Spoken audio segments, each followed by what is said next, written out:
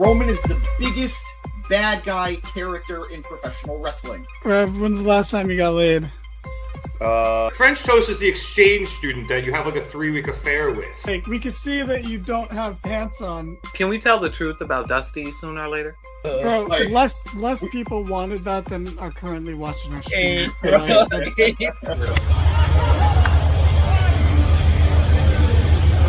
And you know Vince, and you still think, are these true? It's like... Welcome to the Mark It Down podcast.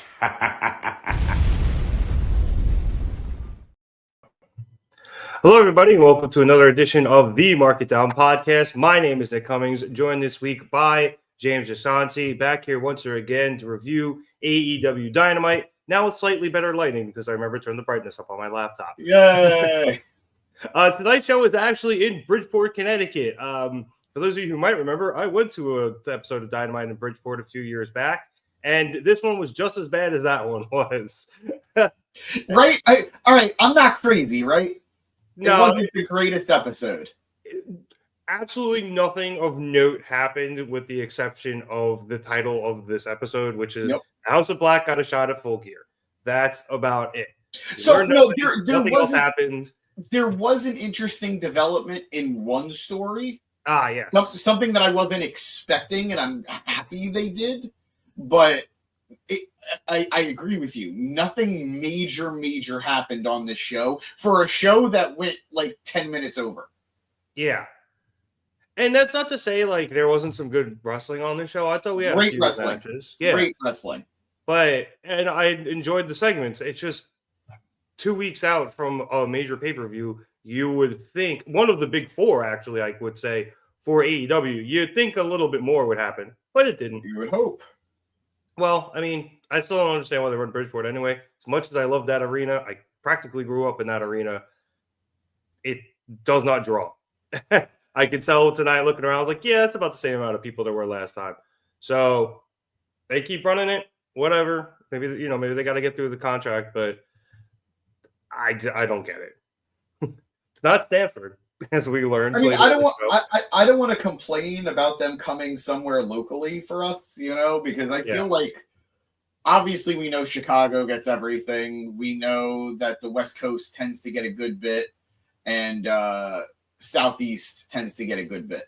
We get it in clumps. Like we get it for like a pay-per-view and Grand Slam.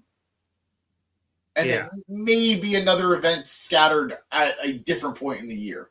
But like last year, it was Grand Slam and World's End. This year, it's Grand Slam and Full Gear.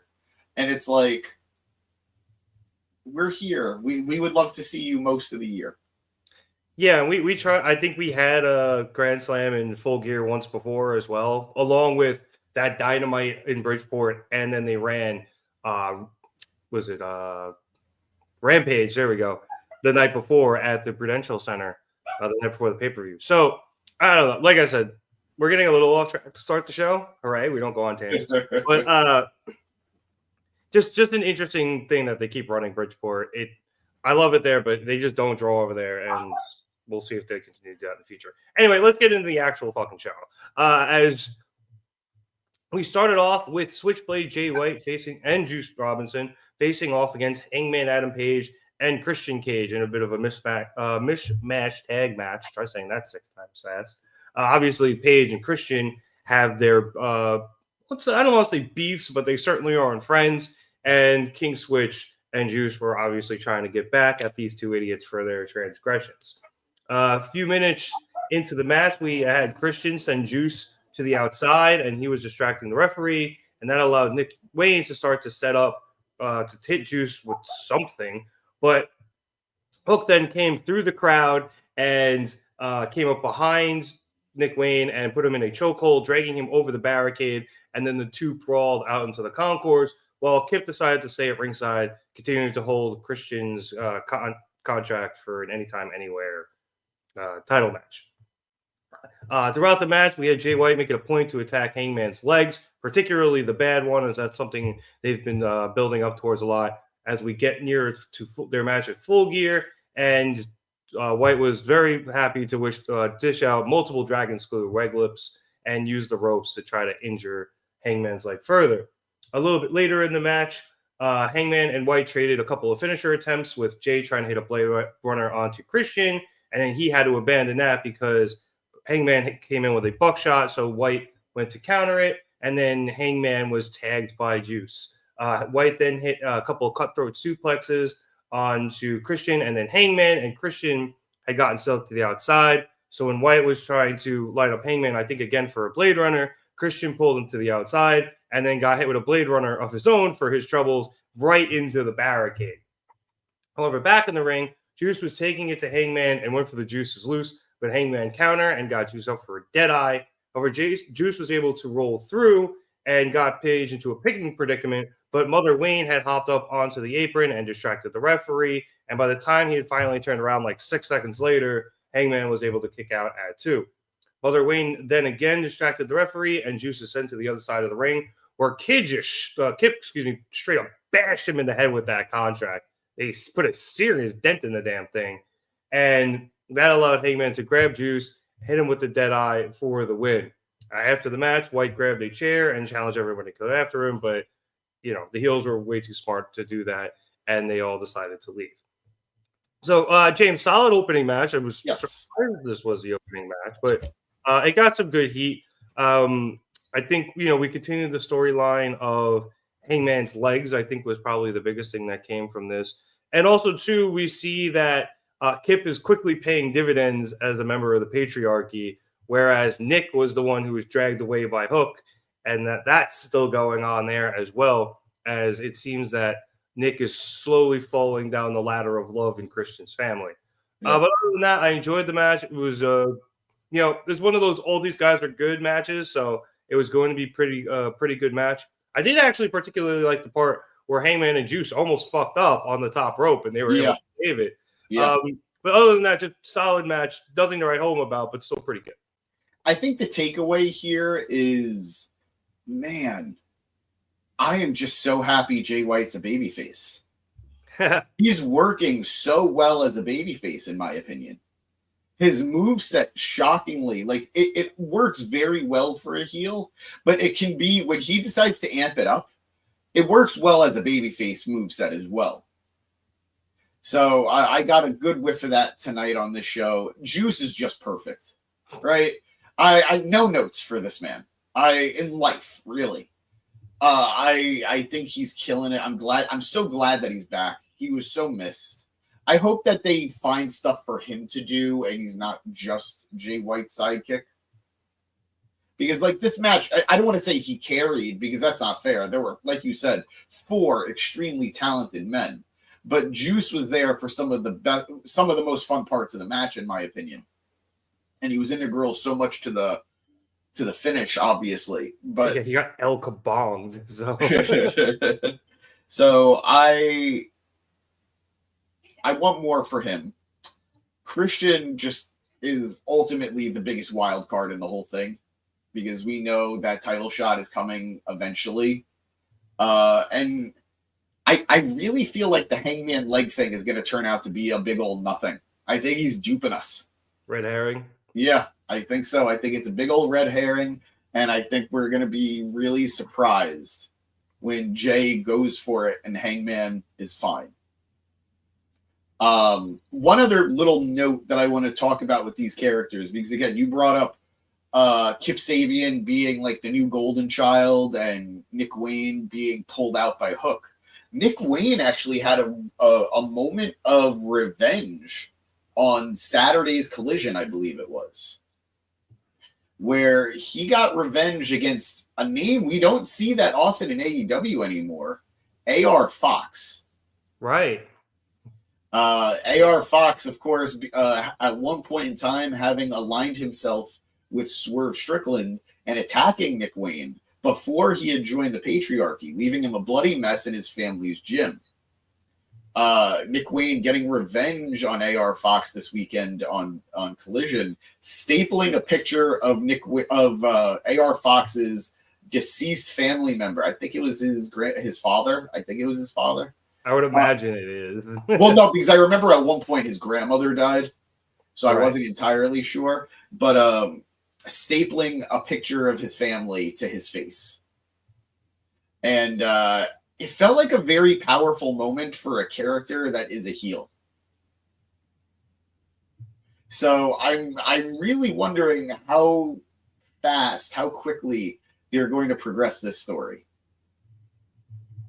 Because, go ahead.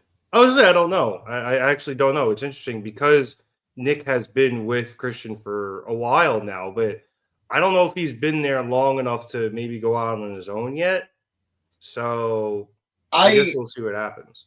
I agree, especially given how young he is. There's no need to rush anything with him. That'd be my biggest holdup with it. But I think there are instances, like I loved going over to a different company, but Ring of Honor. I loved the Billy Starks Athena relationship, where you're developing this underling character. You're developing this person who is meant to be the mid-carder compared to your main event leader. And I would love for them to do stuff with Nick Wayne because, again, he's just a flunky for Christian. So, I don't know. Overall, story-wise, this was great. Match-wise, this was very good. And I agree, this is not the match I would have started the night with. It wasn't bad. And you got big names to get the show started. But it's not the match I would have started with considering the rest of the card. Yeah.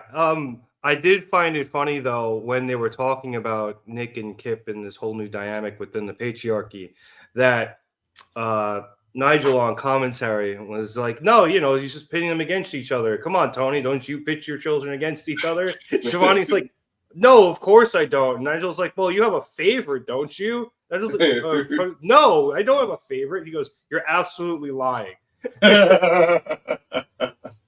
Nigel. I've missed Taz, but I'm enjoying Nigel on a weekly basis. Nigel, honestly, I do love. He's so fucking funny. Like he really is, and he is one of the better segments of Botchamania, especially when I don't really watch Collision all the time, or I only sometimes see highlights. But anytime I get like his clips on Botchamania, or like they'll put him on Square Circle or whatever it is, of him just either eviscerating Tony or saying the most ludicrous shit like that. Yeah. He's honestly one of the funnier, if not the funniest commentator going right now. So, and that's excluding McAfee because he's not there at the moment. Yeah, he's doing his hijinks on College Game Day. So he'll be back. He will. And McAfee he has a much longer leash, but Nigel's he's towing the line right there, and he is just unbelievable. As he always did. Yeah. Nothing will ever top that Brian eating Brie line. Nothing ever in the history of ever. All right. On that note, let's move on to our next segment. We had a Mercedes Monae backstage interview as she arrived at Dynamite this evening. So after Mercedes kept interrupting her to make sure she got out her CEO thing, Renee asked Mercedes about the vehicular manslaughter that she attempted last week, and Mercedes chastised Renee, saying it's not her fault that Camille can't drive. Mercedes then told Camille to take her stuff into their locker room and yelled at her when Camille dropped her very expensive coat. I can't believe how quickly they're rushing this part. Right? I'm shocked. I feel like they've been together 5 weeks and we're already getting to this. Again, talking to Renee, Mercedes bragged about how she made Statlander tap out and beg for mercy to the statement maker on Collision last week, saying she'll do that once again at Full Gear. However, while she's saying this, Statlander just appears behind her like the fucking boogeyman. I got serious Terminator vibes, and it was amazing. And once Mercedes is finished talking, she turns around and sees Statlander, and Statlander just goes right after Mercedes. So Mercedes runs, and she yells for Camille, and as Camille opens the door from the locker room, Statlander just takes her and throws her bad arm first against the hallway wall. It was beautiful. Yep. It was just perfect timing. It was so fluid.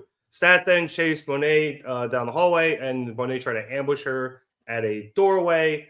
But Statlander quickly turned it around and pinned Mercedes up against the wall. Camille came over and pulled Statlander off, but then Statlander quickly recovered and just tackled both of them through a wall behind them. So this one's funny because I've been in those hallways and I knew that wall was actually there, and I was like, somebody's going through that, and I was absolutely right. Say what you will about, and I know a lot of people have, say what you will about how nonchalantly they handled Stat's face turn and separation from Stokely and all that stuff. And By quite frankly, you mean on Twitter? Yes. But I'm loving her in this role. I am loving her going against Mercedes and Camille like this. I think it's bringing out a different side of her character that I don't think we've ever really seen. Like, we've seen her be vicious. Like, she was vicious in the feud against Willow. Sure. Yeah. But this is a determined, I will not let up Statlander. And I'm really liking it. I'm really, really liking it. So, fun feud. We know where it's going to end up. I think the really interesting things to come out of it, though, are Camille and Mercedes' relationship and how it's definitely feeling like we're heading towards something much sooner than I think any of us expected. Yeah, because you look at this and you think, okay, this is, it gives off MJF and Wardlow vibes, and eventually they'll get there, and then they'll do the split, and Camille will go off and hopefully do some good things and, catch on a lot better than Wardlow did, or at least in a longer stretch of time. Wardlow's just been so stop and go. But they're doing, like I said before, it's been like 5 weeks, I feel like. And that is a record pace. They are burning through this for whatever reason. I, for the life of me, can't figure out why. I don't know if it's something backstage. Maybe they don't think it works. Whatever it is, it's crazy that they're doing it this quickly. What I'm sort of, this is just, there is no reason for me to say this. I have no information whatsoever. But I'm wondering if it's because maybe Mercedes is going to be leaving to maybe go film something, or her contract only has so many dates per year. So they want to get through it sooner than later. But I agree that this is shockingly quick. Hold on. I'm looking up when she debuted. Well, while you do that, I think my counter to that would be, I don't understand why they would do the split even then. Like, have Mercedes leave, have Camille be out on her own for a while, do well without Mercedes. Then Mercedes comes back. She has to be forced back into this subservient role to Mercedes, and then eventually she's like, wait, fuck you, I was doing way better without you. And then you do the split when Mercedes comes back. And again, that's if Mercedes is even leaving. This was all speculation.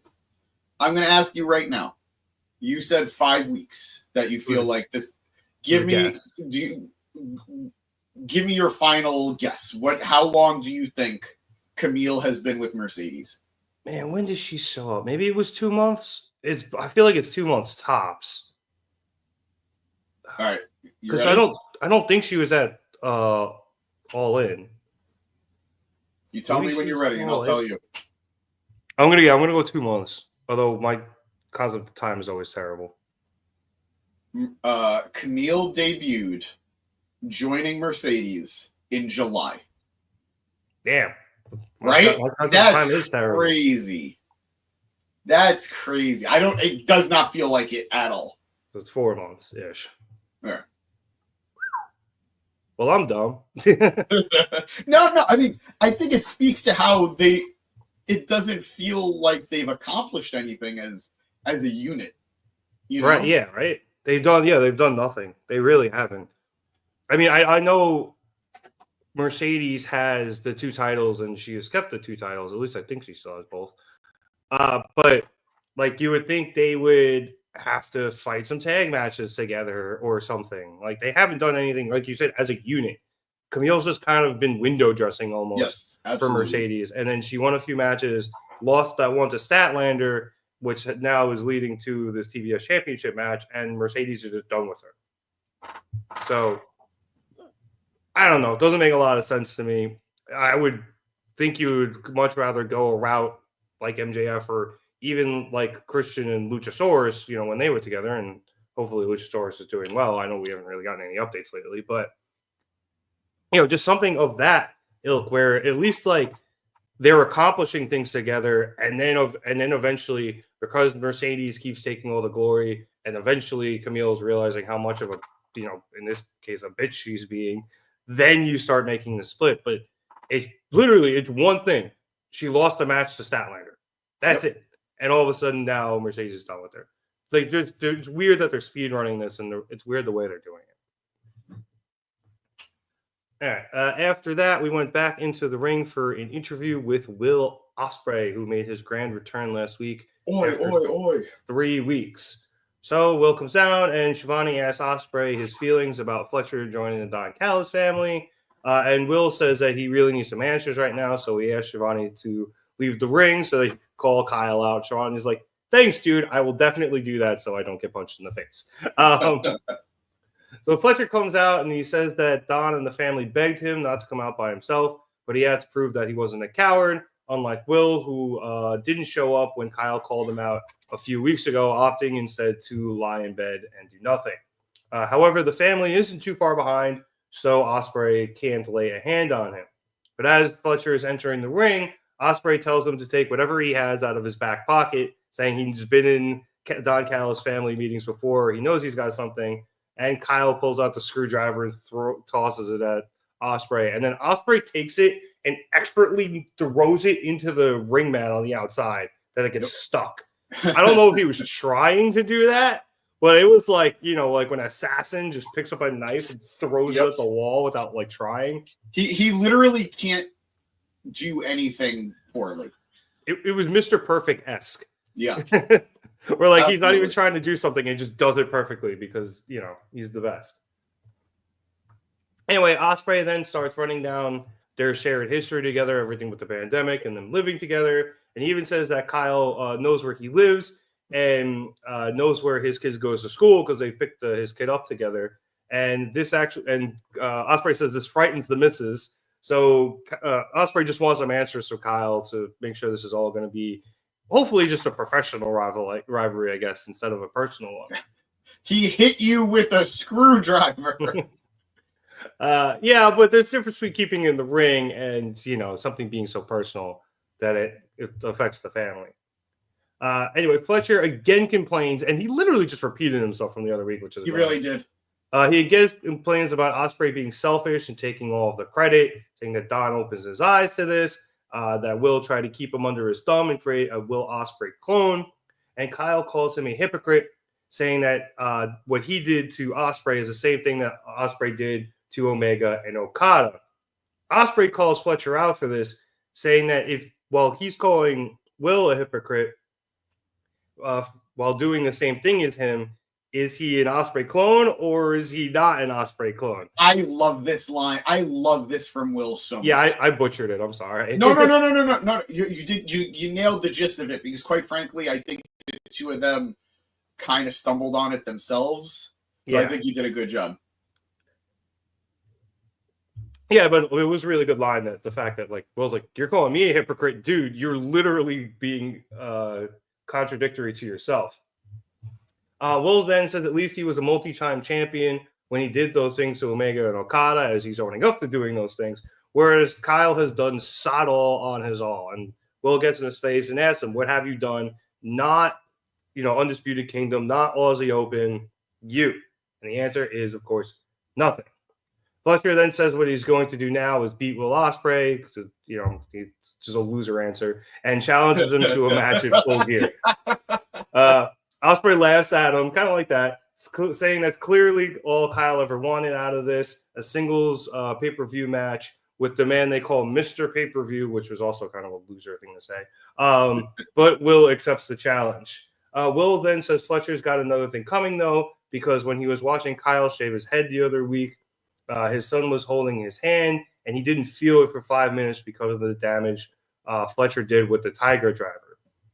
Fletcher laughs at this himself, saying that was just a taste of the damage he's going to inflict onto Ospreay, as this time he's coming for the whole thing, if Will even makes it to full gear, as Archer and Cage pull up to flank Fletcher.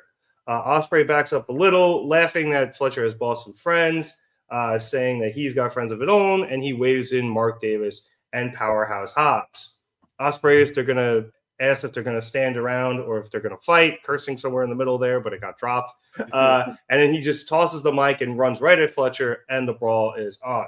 As it progresses, Fletcher and Davis come face to face, and Davis seems like he's actually trying to talk some sense into Fletcher, or at least have a word with him. But Ospreay just interrupts. Ospreay interrupts that with a clean big boot and just sending Fletcher right out of the ring, absolutely leveling him. To the seeming dismay of Davis, as Ospreay yells at him to get after it. Everyone continues to brawl to the back, but Archer decides he's going to stay in the ring and wait for his match with Roderick Strong. All right, so the next few things run together, so I'm going to stop before each new match begins. But, James, so we already kind of pointed out some of the big things I think we got from this. That hypocrite line was awesome. And then I think the other big thing that come from this brawl was the end there with Davis, as you so aptly went to. Davis seemed annoyed, a little miffed at Ospreay that he just absolutely punted Fletcher's head off, and perhaps leading to a turn for Davis as he joins his Aussie Open brother. Who knows? It's very weird because Davis needs to be reunited with Ospreay so badly. Davis needs it. And that is not a knock on the man. I've seen him. He's a great talent. He really is. But nobody cares about him. Or at least the perception is. There is just not the same level of emotional investment in him as there is with Fletcher. And that's just because Fletcher has had the time. Yeah, exactly. Yeah. Davis has only been, like 3 weeks? Like we need time to invest in this character. For sure. And obviously, I think AEW books towards a smarter person who knows their history, or I don't want to say smarter, but a more involved person, I guess would say, who knows the history of Aussie Open and United Empire, and they're expecting you to already care about Davis because they know, like, hey, this is Kyle's old tag teammate. He's very tight with both Fletcher and Ospreay. Yeah. This is important, but for someone who's a little more casual, you don't care. And just because you haven't had the time to care about him as a singular person on the screen in AEW, just because ever since they've been signed to AEW, he's been hurt. Yeah, for the majority of his time with AEW, he's been hurt. The moment they signed their contract, he was hurt. Yeah. Like, this is his second big injury in AEW. And again, no knocks on the man because he's very talented. But realistically, he needs Fletcher to get some heat, I'm going to say. But Fletcher does not need Davis anymore. Nope. Fletcher has come a far, far, far way. Fans are invested in him. AEW is invested in him. Tony Khan is clearly invested in him. So I don't want to sacrifice Mark Davis for Kyle Fletcher. I just don't. But I really don't want to sacrifice Kyle Fletcher for Mark Davis. It's a really rough position to be in, and I'll be very intrigued to see how they are able to move on going forward. Now, alternatively, too, I'm okay with him being here right now. After the pay-per-view, I do not want to see Powerhouse Hobbs with this story. Yeah, I he agree. Came back. He's doing the good guy thing, and I'm excited to see him as a good guy. And he's part of a storyline that is very big on AEW TV. That said, I want him doing his own thing. I don't need him to be sucked up into this long term. We have another week of TV before the pay-per-view. I think we could all get through it so we could enjoy Powerhouse doing his own thing later on. I'm going to eat a little bit of crow here. Ooh. Fletcher looks good. Fletcher's got a good look right now. I told you. You got to wait. I think the hair needed to grow out a little bit more. That's fair. Because when he was like bald-headed, I was concerned. Yeah, the 0 wasn't great. Now he's at about like a 1.5, and it looks better. And it looks a lot better. he looks less like a Randy Orton clone.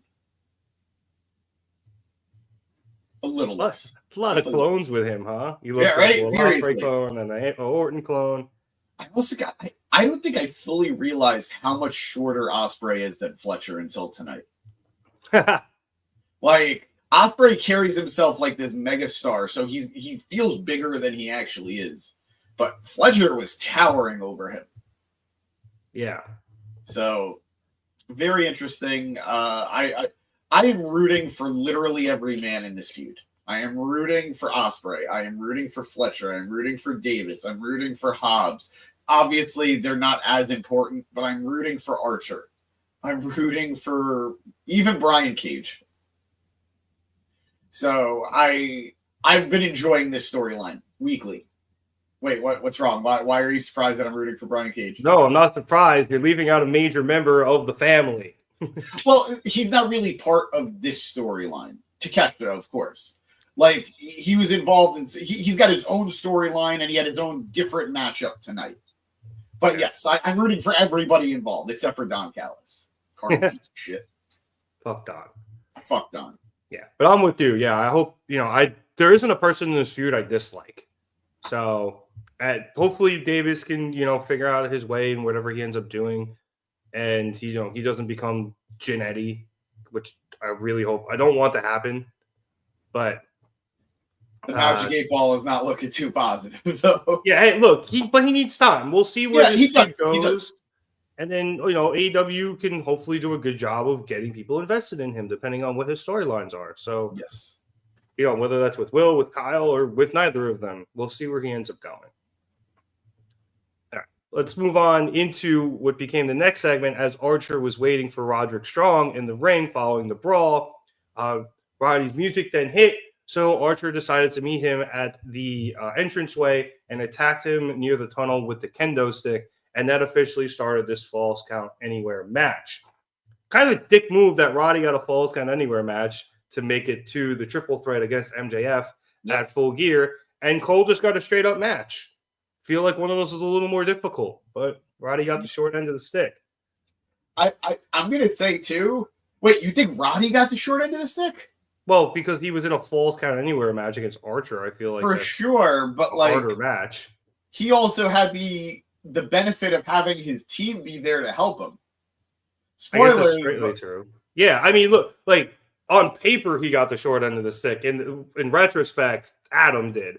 But going into this, you're looking at it, it's like, man, Roddy has the much tougher match to make Full Gear here tonight. Yeah. Takeshita is obviously an international champion and very good, but I don't want to be facing the Murderhawk Monster in a Falls Count Anywhere match.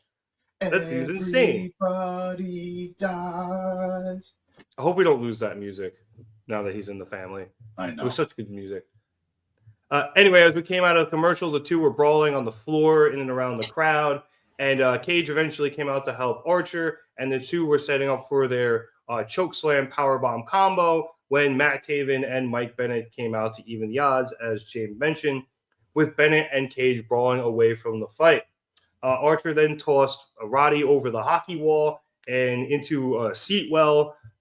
Those seats are sometimes set up, sometimes they're not. I guess they didn't set it up for the match. And a little inside baseball from my vast knowledge of what used to be the arena at Harbor Yard. And then turned his attention to Taven, who, after a little bit of slipping, he brought on top of the hockey wall and set him up for a chokeslam. A couple of security guys came over, were yelling at Archer not to do it, so Archer just decided to chokeslam Taven into that, which I thought was a very clever way of doing that spot. I agree, and because I don't want to talk about it later, it's interesting because that felt like such a babyface spot. And like Archer was even feeding into the crowd, like, yeah, I'm going to choke slam him. And then he does it. And I'm like, I'm here for a babyface Lance Archer. I know it ain't happening. I know it's not happening, but I'd be here for it. But like, even when he was heel, he was always kind of playing to the crowd. And then like, because sometimes he was just tweener and he's just, I'm going to kill you, Lance Archer. And now he's part of the family and he's like 100% heel because he's part of the family. But he always just kind of plays to the crowd, I feel like, because he enjoys death. And I think he's a gladiator. Yes. That's what he is. You know, he takes the hype and adoration and turns that around into kill people. One, that's a great analogy. Two, how old do you think Archer is? I just looked. Oh, he's almost 50. He's like 48, isn't he? 47, and man, does he look good. Yeah, I was like, he's 46 or 48. And I was right in the middle. Split the difference. Yep. He played quarterback somewhere too. I forget where. I think 1A or 1AA. Gotcha. I forgot where. I'll look it up at some point. Anyway, after this choke slam, Archer turned his attention back to Roddy, but Roddy was able to knock him off the hockey wall and then hit him with a lariat to stun Archer. And then Roddy somehow leapt the hockey wall and fucking hit Archer with a knee strike that ended up putting Archer down for the 3 count right behind the floor seats. And Roddy moved on to Full Gear. After the match, Strong headed back into the ring and grabbed the mic and told MJF that at Full Gear, this all ends and he's going to finish his ass. Careful with that wording. And as Roddy really right? I thought it too. And as Roddy spiked the mic, Takeshita comes running in and blindsides Strong, just laying in strikes and pummeling him until Adam Cole's music hit. And then Cole came down to the ring and the two started fighting. So the ref rang the bell and that started that match. All right. But, can I ask you a question? You just did. I deserve that. Go ahead. Takeshita has no problem running in and beating up Roddy after the match. Why didn't he do it during the match? Because he still had to face Cole probably. So he was just didn't want to get involved. He was trying to pick a spot. I guess, but it's like, I don't know. Your man's is getting triple teamed right now by Bennett, Taven, and Roddy. Well, it was a 3-on-2, and then it turned into a 2-on-1, and then Roddy, I guess, ended up using the numbers advantage to win. Taven almost died in the process, but he got the dub. I'm just saying, if he had showed up, maybe Archer would have won. Maybe. Yeah, but I do feel like the main target was more Cole than Strong. But either way, James, as for this Falls Count Anywhere match, it was good. You know, these type of matches are fun. I feel like a lot of it was in picture-in-picture, which was slightly disappointing. Always a bummer. But that chokeslam spot, I want to shout it out again because, those walls are not wide. They're about yay wide. Yeah. And they have the black tarp over it to cover the ads, you know, that you see during the hockey games. Those tarps are very slidey because that is hard plastic underneath them, and they move so easily. I know the tarps they use. They're like slick silk blankets almost. Yep. So that's why I think they had so much trouble standing up there initially. But Archer just did a great job, I think, of getting his balance first after Taven had fallen, then getting Taven back up, and then holding him there and sending him down. So great job doing that spot because I think that was way harder than people realize. I agree. And Taven is not a short guy either. Like Archer, I think, has height on him, but both men are really tall. That's not an easy place to position yourself for such a big guy. Yeah, Archer's like 6'9" almost. So like he's taller than most people. Yeah. So just well done on all parts. Yeah, he's 6'8". So let me see where he went to college really quick because it's gonna bug me. Are you not gonna tell me? You're really not gonna tell me Wikipedia? It's like right. Yeah, he's been wrestling forever. Texas State, that's right. Wow. Yep. Don't ask me. You know me, football. You're an encyclopedia when it comes to sports. Sometimes. Anyway, back to this show. We then quickly went into our next match. I did really like how this all played out, by the way. It was just one seamless thread. The brawl into the Falls Count Anywhere match, into the Cole Takeshita match, which started in the most hilarious way because Cole came down, the brawl starts, and the two get underway, and they're fighting, and Adam Cole's music is still playing. And then Cole tosses Takeshita out of the ring to perfectly time out the boom, and then Adam Cole, baby. It looked great. It looked great. Takeshita on the outside was just like, what? And Cole just, it lined up really, really well. Yeah. And then eventually Takeshita got back in the ring, and then the music stopped. It was hilarious, but it looked good, and it worked really well. Anyway, I'll jump towards the end of this match where after countering a Panama Sunrise, Takeshita hit a German suplex and then somehow held on for a second one where he just sent Cole flying and hit a massive lariat that Cole was able to kick out of. Takeshita then looked for what I think they called the Takeshita line. He was hitting the whole ropes really hard back and forth and was looking to just absolutely take Cole's head off with a lariat. But Cole was actually able to catch him with a super kick, and then that left Takeshita stunned enough where Cole was able to hit a Panama Sunrise. However, instead of going for the pin, Cole pulled the knee pad down to lower the boom, and that time allowed Takeshita to get his bearings and roll out of the ring. And when he does this, he goes underneath the ring and pulls out the Dynamite Diamond ring that MJF had sent Don Callis last week. And then so Takeshita puts it on, and he baits Cole into coming over by rolling into the ring briefly and to break the count and rolling back out of the ring and going towards, he's basically positioned himself right up against the apron so the ref and Cole can't really see him. The ref, I think, was Remsburg. He's like, are you in or you out? You have to pick one. And then Cole comes over and Remsburg tries to stop him from going after Takeshita, but Cole throws him aside and grabs Takeshita by the hair and in a very MJ-esque move, turns around and punches Cole in the face with the ring, knocking him out. Takeshita rolls into the ring itself, hiding the Dynamite Diamond ring. Squared circle. Yep. And pins Cole for the 3, preventing him from joining the triple threat, or making it a triple threat, I guess I should say, at Full Gear. After the match, Rody then decides to come back and attack Takeshita, and Takeshita ain't have none of that shit. So he just turns around and kicks Rody in the dick. And then he pulls the Dynamite Diamond ring back out of his trunks where he had put it so the ref wouldn't see it. However, cool Kyle O'Reilly came running in, or slightly jogging in, with the chair to drive off Takeshita, who headed back off the ramp. I should note that MJF had been watching all of this from his undisclosed Addams Family lair with a glass of wine. He was very upset about Roddy winning, but he could not stop laughing at the fact that Cole had lost via the Diamond Ring. Anyway, Takeshita headed back up the ramp, and as he got there, Ricochet came out, and Takeshita was very surprised by this, so he threw a wild right hand at Ricochet, and Ricochet ducked it and hit Takeshita with a thrust kick. Takeshita then scrambled away, and he left his belt, and that allowed Ricochet to pick it up and hold it over his head triumphantly. Back in the ring, Kyle checked on Cole and then Roddy, and then as the two got to their feet, Cole extended his hand to Kyle, but Kyle blew him off, rolled out of the ring, and headed back up. So, James, a lot going on here. The match itself, I thought, was really good. Yeah. Cole, I think he's really gotten back into form. And, I mean, it's really easy to do that against Takeshita. But this was, for a first-time matchup between these two guys, was a lot of fun.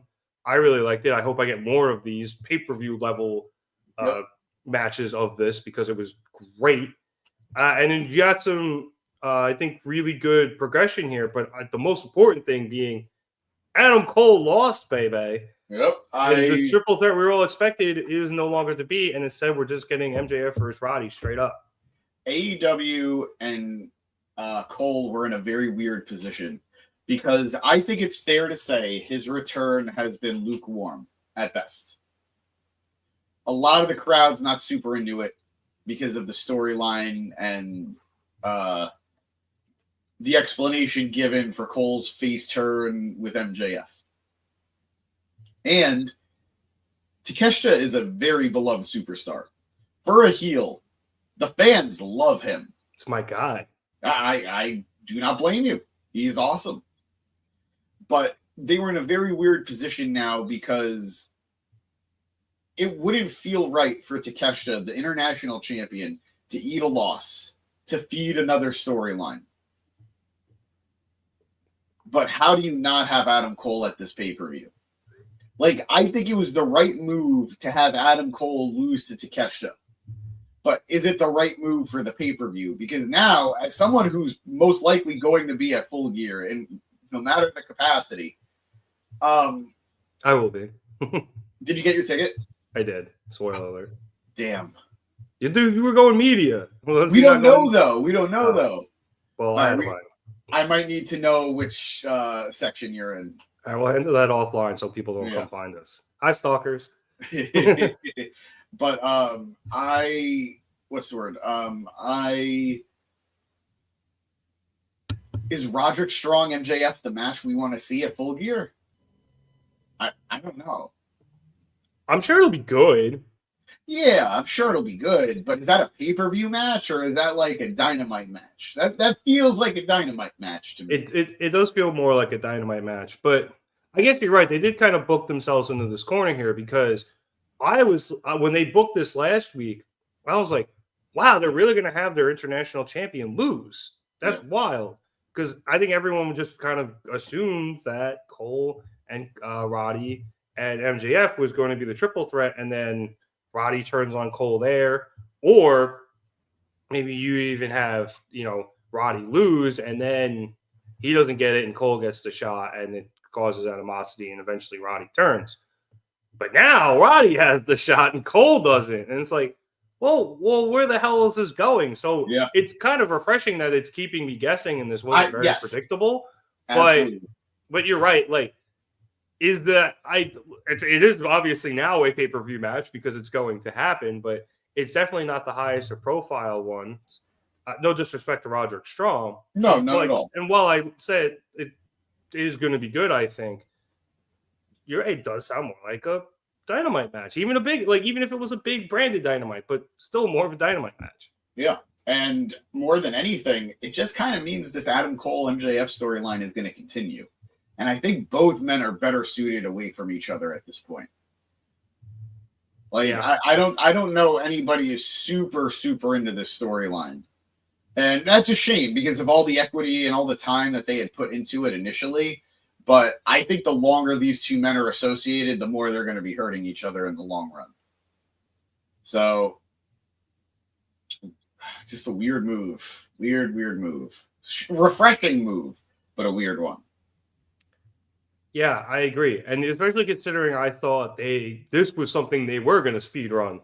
Yeah. Because I think you're right. Like, we just need to pay off to this Cole MJF thing just because it's been going on since last December. Yep. And it's now November, so it's almost a full year, and we haven't been able to get any sort of culmination to it just because it's full gear. I said almost a full year. I know. Whatever. It's only funny when I do it. No, not right. It's not right. But as I was saying, this has been going on for almost 12 months now, and see, I fixed it, and. We haven't gotten any sort of payoff to this. There has been no culmination, and I think everyone's just kind of done with it. Yeah.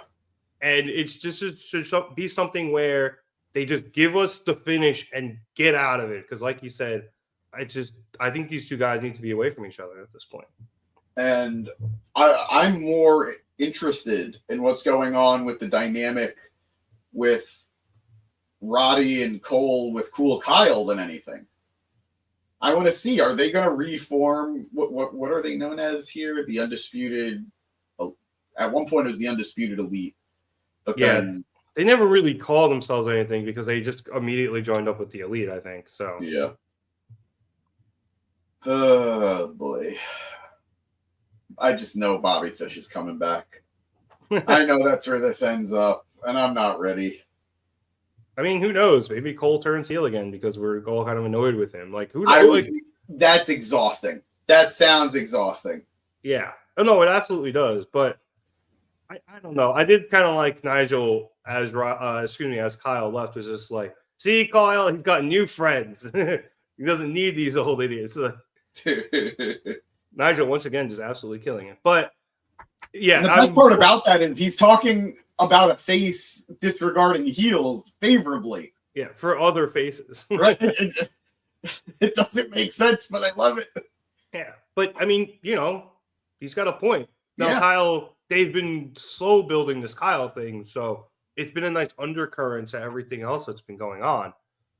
But you're right. I think at this point, I'm just a little more curious to see where that goes, just because I want them to tie a bow on this MJF Cole stuff and just be done with it. Yeah. Which is a shame because it was really hot when it happened. Yep. Oh, well. Oh, well. All right. So after all of that chaos, we finally went to commercial. And we came back to an interview with the Pain Syndicate backstage. God, I'm so happy. So Renee asked Bobby Lashley about his first match with which he called one of the most dangerous men in AEW and a former multi-time champion in Swerve Strickland. But MVP decided to interrupt Renee to show her how it's done. So MVP asked how the most indomitable force in wrestling and a multi-time world champion feels about possibly ending a young man's career. And Bobby responds that Swerve may be dangerous to everyone else in AEW. He's going to make an example out of Swerve and hurt him. MVP then says that Swerve will be in action later tonight, and they will be watching before telling Renee that's how it's done and handing the mic back to her. And she just goes, thank you. Back to you guys. So quick backstage promo from them here, James, but a good one. Yeah, set up everything we needed to for later. They are setting up such a gravitas for Bobby. Like, he feels like such a major player, in my opinion, in such a short time. So more of this, please. And MVP is just a treasure. Got to be careful disrespecting Renee, but he disrespected her in the most polite way that I almost not mad. I've been saying we got to be careful about disrespecting Renee for months now. And Moxley has just not done anything to anybody who has rubbed Renee the wrong way. So maybe it's okay. Maybe that's the one area in AEW that there is some level of safety, because Mox has just done nothing to be a good husband lately. Honestly, though, outside of a few rare circumstances, they don't really do the whole Mox and Renee are married thing.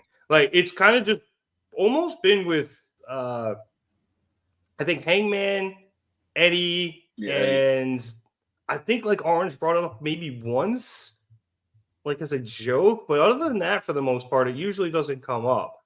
I'm disappointed. That's what I'm disappointed the most in.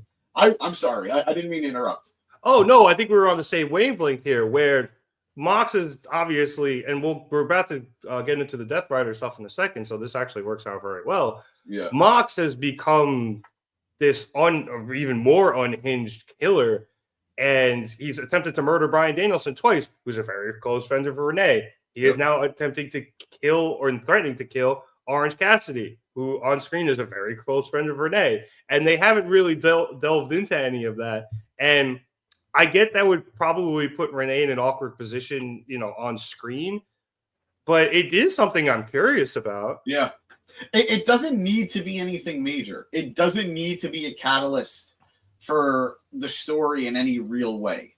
But it almost feels disingenuous for Orange not to say anything to Renee. Yeah.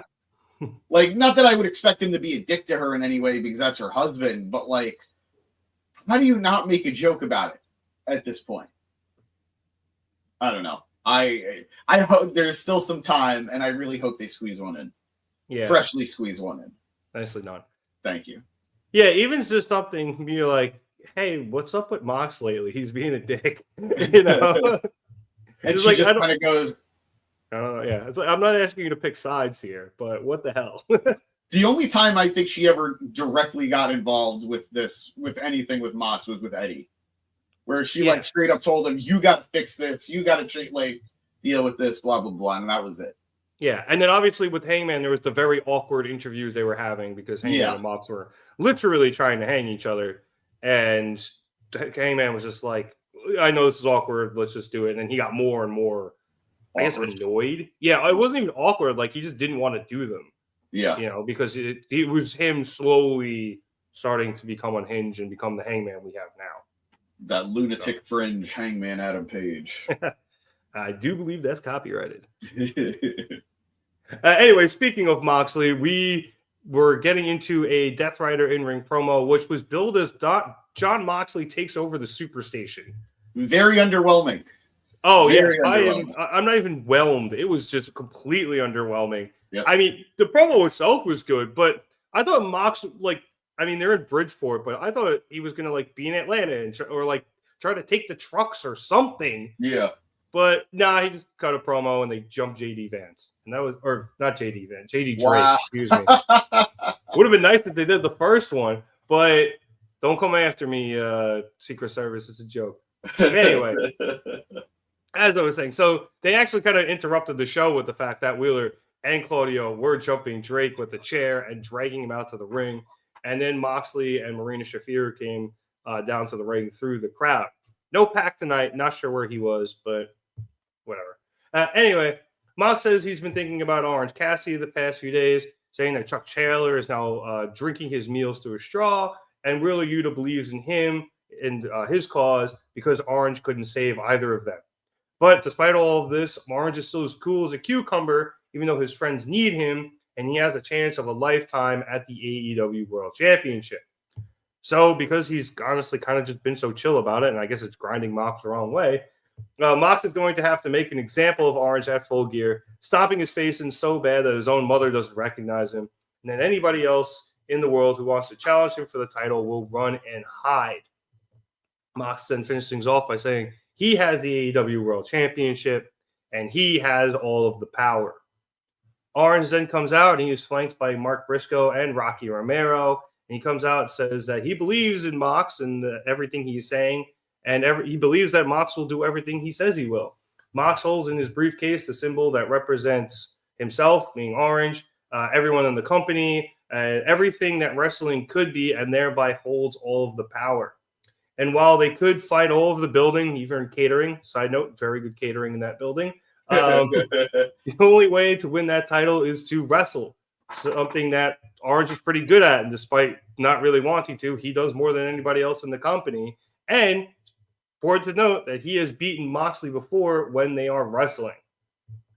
Despite Moxley keeps saying that everyone is playing checkers while he is playing chess, so Orange declares that he is going to remove a pawn and challenges Wheeler to a match next week in order to remove the pawn, or take out the pawn, that will allow him to take the king.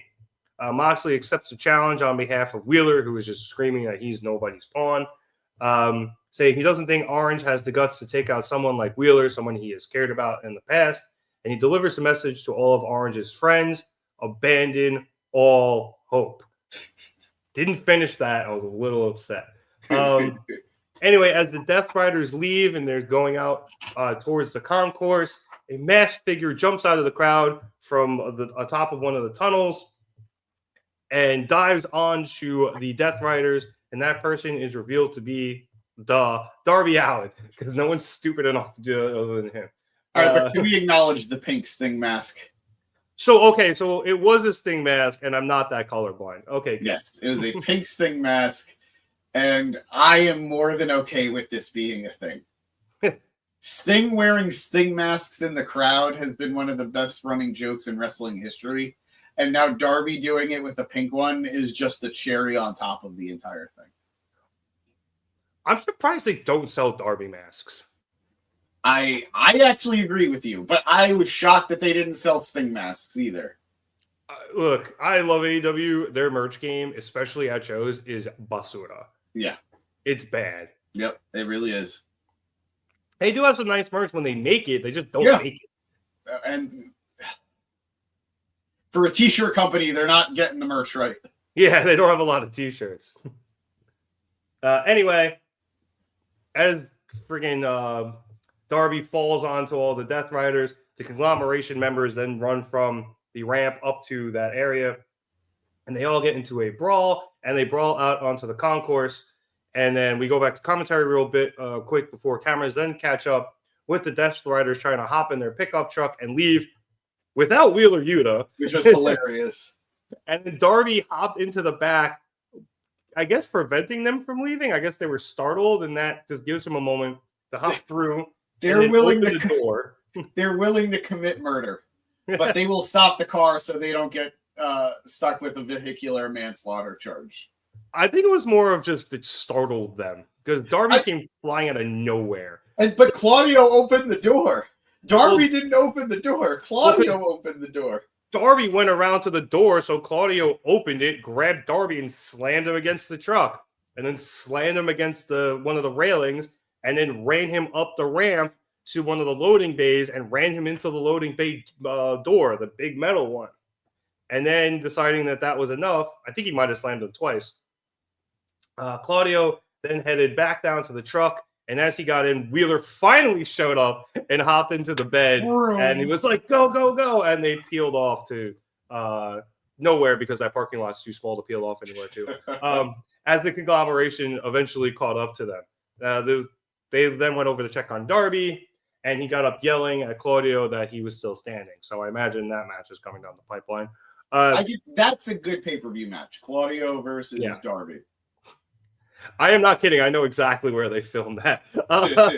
We used to park there. Anyway, this was a good promo, though. I did like it. I like the whole segment. The Darby stuff, obviously, I think is going to be the thing that stands out the most. But I also am really intrigued by this idea that commentary has officially decided that Moxley is calling the shots on his own, even though Moxley continuously, or it seems like he continuously implies that there is somebody else pulling the strings. Yeah. And I know a lot of people are kind of annoyed at this like secrecy, I guess, but it's a very intriguing mystery to me. I just wish they dropped me a few more like morsels and nuggets of hints here and there, because I really want to at least start trying to figure out who this is. And we haven't even gotten the smallest bit of information as to who it could be, if there even is anyone. I don't think there is anymore. I was a big proponent that somebody or something was coming in. I don't think that's the case anymore. I think the something that Mox was talking about was the attitude that he and his group are bringing to the company. The attitude that is survive or die, basically, you know? What it used to be when the company started. Exactly. So I don't know. I'm fine if there's no big mystery reveal bad guy. That's fine, because Moxley is coming across as such a threat. But it got started in a very muddied way. So I don't know. I don't want to say they've course corrected. I don't want to say they've changed this up the way they should, but something feels like maybe there was a pivot at one point. Yeah. I mean, there was all the rumors with Shane McMahon. I was hoping it wasn't him. I don't know if you were here when I posited this theory. I thought it could be, and it still might be, Tony Khan. Yeah, we did talk about that at one point, and it would make sense to counteract the Elite. But all accounts are, like all reports are, that the Elite are going to come back and be the good guys to oppose the Death Riders. And I don't know. I feel like that muddies things up now, you know? Yeah. I mean, yeah, I guess at a certain point, like if the Elite do win back the power, then what? Then it just goes back to Tony. You still need the booker. Or like, do you just give it is like CD then the guy? Everyone's like, all right, CD's going to be the new guy. And in the long run, CD did turn out to be the higher power. So I was literally just reading that recap of the Wrestling Observer Rewinds with Vince being the higher power. That's funny. But yeah, it's possible, but I think you're right. Like, it would be very convoluted. So now I don't know if there is anybody or who it could be, and even then, like, I wish there was somebody behind it. But if it's just Mox, then so be it. But again, why is he being so like weird and cryptic about it?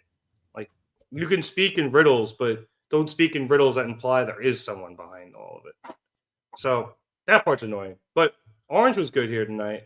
Yep. And I thought the brawl was good. So despite the fact that Moxley didn't take over the SuperStation, still a pretty solid segment out of all of them.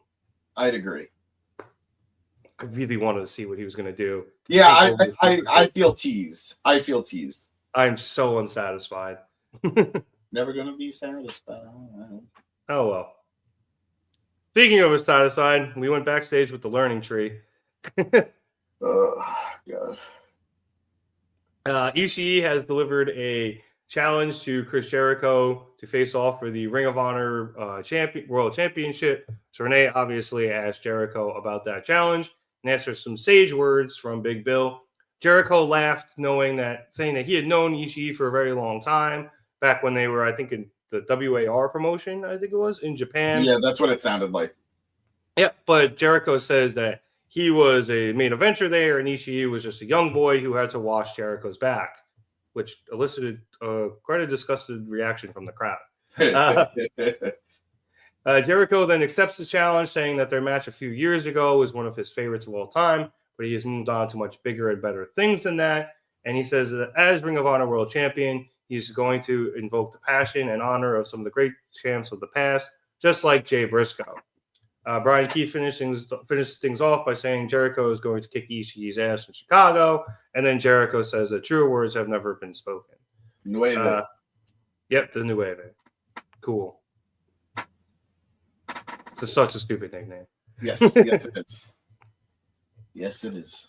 But yeah, that's actually, I think, going to be on Dynamite, not at the pay-per-view. So there you go. Sure. Guess he'll be doing something else there, or he won't be on it, and we don't have to. Well, we won't get that beer/bathroom break. Oh, well. we are the real losers here. It's a little mean to Jericho, but it's like I kind of enjoy this character, but on what I imagine to be a pretty stacked card, yeah, the Jericho one's the one I think I'm okay with the most missing. Yeah, no, I agree. I'm sorry, dude. It's just the way it is right now. I agree. You gotta step your game up. Anyway. After that, we went to our next match, which saw Dr. Britt Baker D.M.D. face off against Penelope Ford in a match between two women who actually have just recently gotten back off of injury. I'm very unhappy. Very unhappy. I concur, but I will skip to the end here. After hitting the Matrix and Cutter combo that Britt was able to kick out of, Penelope went up to the top and missed her moonsault as Britt rolled out of the way. Britt then took Penelope down and went on put on the glove. And she was taunting, not taunting the crowd, but leading the crowd and doing the D.M.D. chant. But that allowed Penelope to recover and surprise Britt by hitting her in the back and shoving her into the ropes, and then getting Britt down for a pretty cool Muda lock. Yeah, that was a good one. Good art. I thought, obviously Penelope's very good at the art. She just did the Matrix 2 minutes ago. And I actually was like, oh shit, they're actually going to have Britt tap out. But Britt, with a brilliant counter here, was able to move her hand and get it into Penelope's mouth for the mandible claw, and then eventually transition that using Penelope's pain to get her all the way to the floor and transition into the lockjaw for the win. After the match, Serena Deeb came out onto the stage and, just kind of stood there to call Britt out and once again renew their rivalry. So James, I feel you being disappointing here. Yep. One, women time slot of death. Yep. Almost the whole thing was in picture-in-picture. Yep. And I don't know if this match was good or not because it was in picture-in-picture, and I was, trying to get the show set up and not overly paying attention. And so that annoyed me, despite the fact I'm sure it was a pretty decent match. And then I really do not need Deeb and Britt again for the billionth time. So. And for me, the shit cherry on top, why bring Penelope back for two major losses in a row? Yeah, I agree with that too. Like, why was this Penelope? Like, this could have been anybody else. Like, are they that low on women heels right now? It just feels so weird. But I don't know. It was a fine match. It was a fun match. I'm really, really happy that Penelope Ford's back. I'm happy that Britt Baker's back. But, man, I didn't need this match. And I went into it knowing how this was going to go. So that way, when Ford did hit the Muda lock, I was actually like, wow. I'm really hoping for the shocking upset here.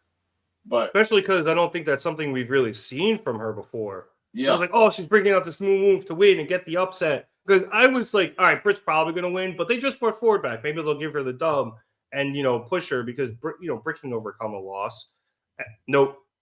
I mean, the counter was brilliant. I really liked that. If that's how you're going to have her win, that's a great way to do it. Right. But it's just, I wish she didn't win. I wish Penelope Ford won. There had to be a different like lower card women's heel that they could have used for this. I agree. But I guess not. And then once again, we have Deeb coming back and challenging Britt for the upteenth time. Yep. It's like how many times are we going to do this? I know Britt's still rusty, although she looked better tonight. And getting back in the ring with Deeb probably will help shake even more of that rust off. But excuse me, we can only do this match so many. It's turning into Orton Cena, for fuck's sake. But way less important. Way less important. So weird booking. Yeah, I don't understand it and whatever. I mean, shit, if you really needed, are they going to do a whole feud with this again? Like I was going to say, if you really needed Britt to win tonight, like have Deeb put her over tonight, but the whole reason Britt won was so that Deeb can come back. Like this, it was just I don't know, a lot of I think dumb booking tonight with this segment. I unfortunately agree. Yeah, I mean, shout out the women; they did very well in their match tonight. But we're not mad at them; we're mad at Tony again. Hold on, I'm looking right now at the women's roster. I feel like we did this a few weeks ago, and it was very thin. Yeah. Oh, you know what? We did it with the tag teams. Oh, okay, yeah. We did it for the tag teams. And we're like, who the hell is in the tag division? But the women's roster, at least heel-wise, I don't think that's strong either. So they have women, but right now it seems that there's more faces than heels. Yeah, and I bet you quite a few of them are probably bouncing around the Ring of Honor. Yeah. Because I know Red Velvet was recently challenging, right? For the Ring of Honor championship. She's a Ring of Honor mid-card champion right now. Oh, okay, yeah, and you don't want to have her losing on TV. Yeah. But I guess. Yeah, no, there's really no, but like Abaddon, no. Anna Jay, no. She's challenging Mariah right now, so you can't do Anna. Athena, no. Billy Starks, no. Deonna Purrazzo, no. Not for this, no. Yeah. Diamante, maybe, but I don't even know if she's a heel or not. I have no idea if she's a face or a heel. I mean, that's the point. She could have came out and probably played a heel, and nobody would have known. It would have worked just as well. Emi Sakura, Harley Cameron. See, Harley makes sense, but I much rather what we got out of Harley tonight than Down Boy. All right, that was gold. In an era where Tony Storm has been creating cinematic masterpieces, I think this deserved an Emmy. Maybe even a Golden Globe. Yeah.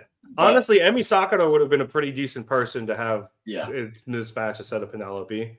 Because she always puts on a good match. She's another person where, if you're trying to help Britt knock off the ring rust, she's great in the ring. Yep. I would have been able to get her through it. She's heel, I'm pretty sure. She usually is. That would have worked fine. And everyone knows who she is. It would have worked great. I know you want to work Penelope back onto TV, but she just took back-to-back big television losses. So I think it's a little foolish booking. I think Sakura is the answer here. I think so too. Yeah, that would have been a great option. But no, respectfully, I don't even know if she's in the country. I know she bounces back and forth sometimes. Yeah, that's true. She could have hopped on a plane with the subject of our next segment, Mina Shirakawa, who's back. Mina's finally returned. And Renee is there to ask her, we don't need to see that. We're going to get demonetized. Anyway, Renee asked Mina if she's there to see Mariah, and Mina says that she'll be there for Mariah's match against Anna Jay on Collision. It's a title match. I think it has some sort of stipulation. I can't remember. Forgive me. But it's going to be a good one. Because it's the rubber match, so they're building it up for a big deal. And anyway, Mina says that after Mariah wins, they'll have a champagne celebration, and she pulls out a flute of the bubbly. Harley Cameron then comes over, drinks it, and I mean full mouth around gobbled it the up. rim. No hands. Drank it. Like, almost like Matt Damon in Ocean's 13 when he's trying to get around the nose. So anyway, she houses the champagne and then spikes the glass. With her mouth. She did not throw it. Yeah. Harley then says that some people call Mina the Harley Cameron of Japan. So she thought that Mina should meet the Harley Cameron of Harley Cameron. which just confuses Gold! the hell out of Mina. Mina's just like, what? And Harley just rolls through, and she goes, they need to fight to prove who is the best of the Harley Camerons, going tit for tit in a match. Mina then accepts, saying she'll show Harley what tits are, and starts doing her, dance and shaking her tits. So then Harley starts shaking hers as in the competition, and then Renee just has enough and just yells at them to stop, and then body blocks everything. I've never been mad at Renee in my life. This was the first time. And then Excalibur went, now she knows how I feel sitting at this table between the two of you. Just what a segment. You're right. It deserves an segment of the year. Whatever the one that Jericho and MJF got for their musical, this should also win. I agree. Oh, God. Look, bonking aside, this was really funny. Harley Cameron is proving herself to be such a fun act. And she's hilarious. I would love her to win a title at some point. Like, truly. I would love to see it. Her level of insanity truly lives up to the name Harley. No, absolutely. And I weirdly do miss Saraya a little bit on TV because I think she's a good straight woman for Harley. But seeing Harley just be unhinged lately has just been absolutely fantastic. Like, you saw her with the Thunder Rosa stuff, right? Where she painted her face up. I didn't. No, I missed that. Oh, buddy. Like, she does 2 segments, one before the match and then one after the match. And it's just, again, it's gold. Harley is just so good right now. Honestly, I don't doubt it, just because everything I do watch of Harley is gold, Jerry. Gold. Like, it really is. You're right. We're stealing Matt's bit right now. Yeah. She really, that is not me posting Seinfeld memes on Instagram. I don't go on Instagram, and I never really saw Seinfeld. But, like, you're right. Her stuff with Saraya was always hilarious because Saraya is always trying to be serious, and Harley's just over there being a nut job. The best one, and we talked about it on the show before, was Saraya hit a move and Harley called it whatever it was in WWE, and Saraya flipped out and like, it hasn't been called that in 10 years, Harley, like during a match. So they were great together, and I don't know where Saraya left. I guess she's just has some leave at the moment, but it's going to be interesting to watch Harley on her own now and see how she does. And if it's anything like this, she's going to do great. I'm 100% rooting for her. She's been killing it, in my opinion. So more of this, please. Yeah. Notably, no tease for Toni Storm tonight. I know we got one last week, but we'll see. We shall see. I imagine she'll come back. I guess maybe on Collision. I don't know. Maybe they'll hold it all for Dynamite. We'll find out. Yeah. But I will say, we are definitely getting Collision is a show. Like, you can not watch it, but shit does happen on there. Yeah, absolutely. It's not like Rampage where, like, absolutely nothing happens. Like, you'll get some stuff, and you'll get fun feuds, like you were having Saraya and Harley having their feud there. And with who are they having it with? Crap. Thunder like, when Rosa? they were really good. Yeah, they had the Thunder Rosa one. They had a feud, like, when they were just really getting going together. And they were just stealing Collision every week, or excuse me, Rampage every week. Yeah. But Collision, like good stuff, actually important stuff actually happens. So definitely got to read more recaps of that. Yeah. It's for the sickos. Anyway, after this, we went back to the ring for Swerve Strickland versus Lio Rush. Match of the night. Yeah, this match was really, really good. Honestly, it was one of those matches where I wasn't paying attention enough. So while I know it was great, I didn't see enough of it, and I'm probably going to go back and try to watch it in some way. I would. But I will jump towards the end here, where after a series of counters on the floor that were involving the steps, I think Lio jumped off the table and tried to Rana Swerve, and then Swerve caught him, so he tried to powerbomb Lio into the steps, and Lio was able to counter that, and he landed on the steps and then hit a poison Rana off of the steps on the outside, and it got Swerve back into the ring and hit a frog splash, which Swerve was able to kick out. Lio then was able to keep the pressure up, and the two kept countering each other, which honestly I think was one of the better or the more interesting things in this match in terms of the psychology, where they had made a very big note of it on commentary that these guys had known each other for a really long time. And, you know, they kind of had a mentor-mentee relationship back in the day. So it made sense that there was a whole lot of counter wrestling throughout this. Swerve at one point countered a stunner attempt, and then Leo actually was able to get in a roll-up that Swerve was able to kick out of, despite the fact Leo was cheating throughout this match. He thumbed Swerve in the eye at one point, and then he, on this pinfall... Yep, thank you. He was able to use the ropes.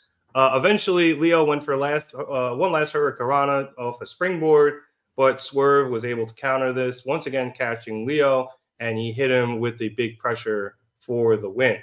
After the match, Swerve grabbed the mic and said that since he's back, too many people have been trying to make a name off of him. Leo tried this time and failed, and the last time it was Shelton Benjamin that tried to do so before him. Now Bobby Lashley is the next guy trying to make his name off of Swerve. So Swerve calls him out in front of the people here in Stamford, Connecticut, which is not where they were, instead of having to wait until Full Gear. Now, this kind of threw the segment off the rails for the crowd. Because they were booing Swerve, and then they were chanting, "This is Bridgeport," during MVP's promo that he was about to cut. And then I think after that chanted Bridgeport, Bridgeport, as we got to the end of the segment. They're not even that close. They're good like half an hour away. Probably more, because 95 is always backed up to Kingdom Come. Anyway, so MVP and Lashley come out, just the two of them, with MVP saying that these are the type of traits, or the Swerve is showing the type of traits right now that they wanted to recruit him for.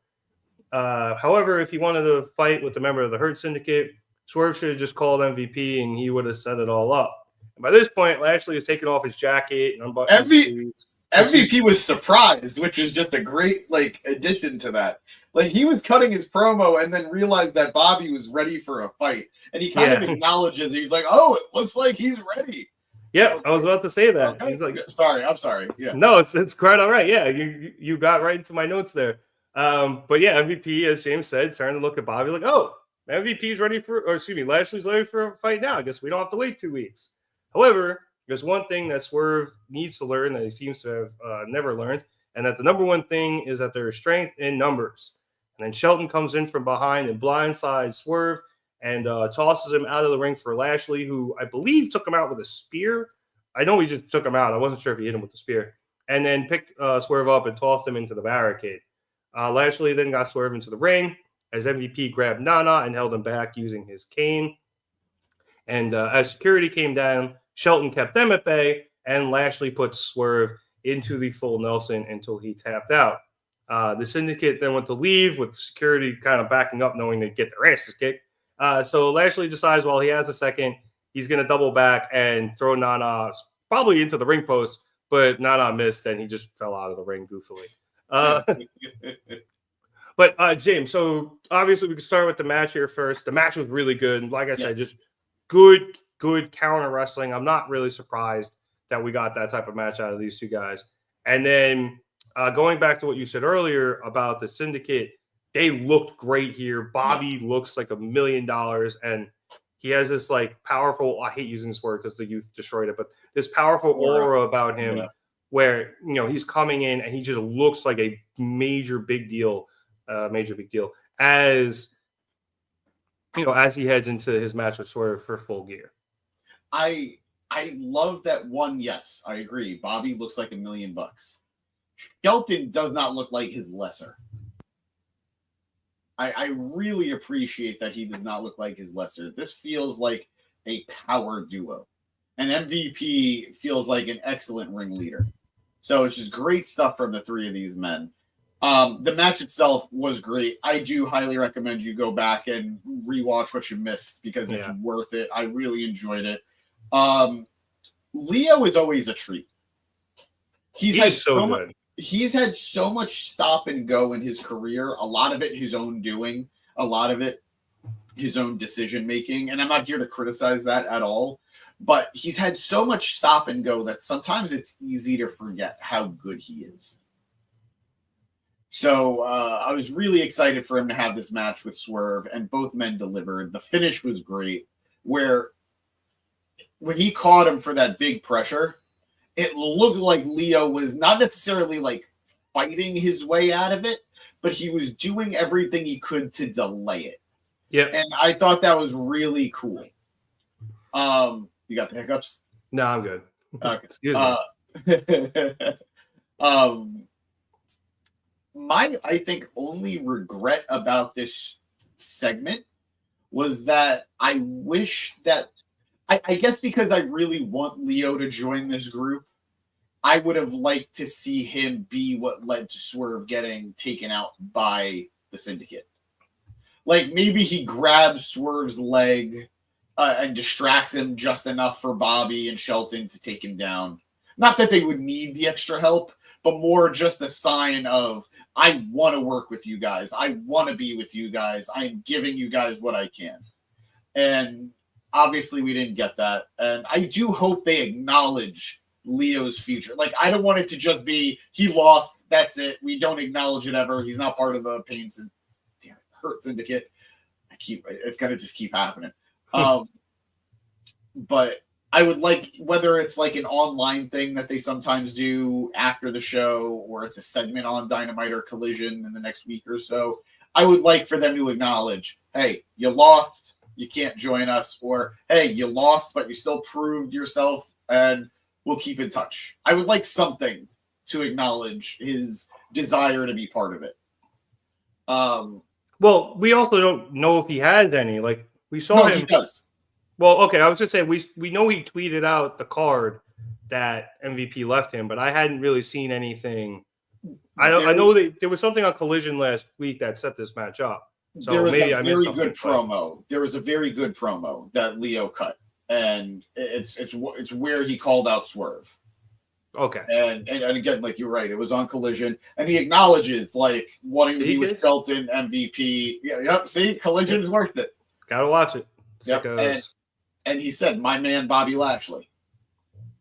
So I hope they acknowledge it in some capacity. But, that definitely seems like something that they could put out online. They could, which they do a lot. They'll either put stuff on Twitter, and then they usually what they end up doing is they put this each segmented part on Twitter, and then they'll put one big long compilation up on YouTube like tomorrow or the day after. Yeah, and it seems like something that could be done there. Yeah, unless they actually are going to have him join and they're going to make a big deal of it on television. Wherever they end up going from here, I think it would be smart to at least acknowledge it somewhere. Acknowledge it. Yeah. All right. After this, we went backstage for an interview with Jamie Hayter. So Renee asks what's next for Jamie after her win over Penelope Ford. And Jamie says that while she's come back to right some wrongs and she's righted a few of them, that's something she could do in the future. In the meantime, she only wants one thing. And we don't know what that is because as she says that, the screen cuts to black and we cut to a video package of Julia Hart following up on the one from Collision where she was the cheerleader again. And then there was a figure in the bleachers that looked like her with the hat on, but never really saw the face. And that figure eventually shot Julia in the heart with a bow and arrow. So Julia wakes up. I hate when that happens. Yeah, isn't that so annoying? Anyway, Julia wakes up in that same shirt with blood on it from where she got hit with the arrow to the phone ringing. And when she answers it, Brody King is on the other end, and he tells her it's time to come home. Julia's confused and groggy, and she's like, home? I don't even know where I am, and there's blood on my shirt, and I don't know how it got there. And then she looks down, and she's holding something in her hand. I think it was like a wire or something. I wasn't really entirely sure what it was. It was the phone wire. It was the phone cord. But like the phone was disconnected. Oh, okay. Thank you. So she was having this conversation. And it was the other end of the line. Okay. Yeah. Because you couldn't really tell it was all one line.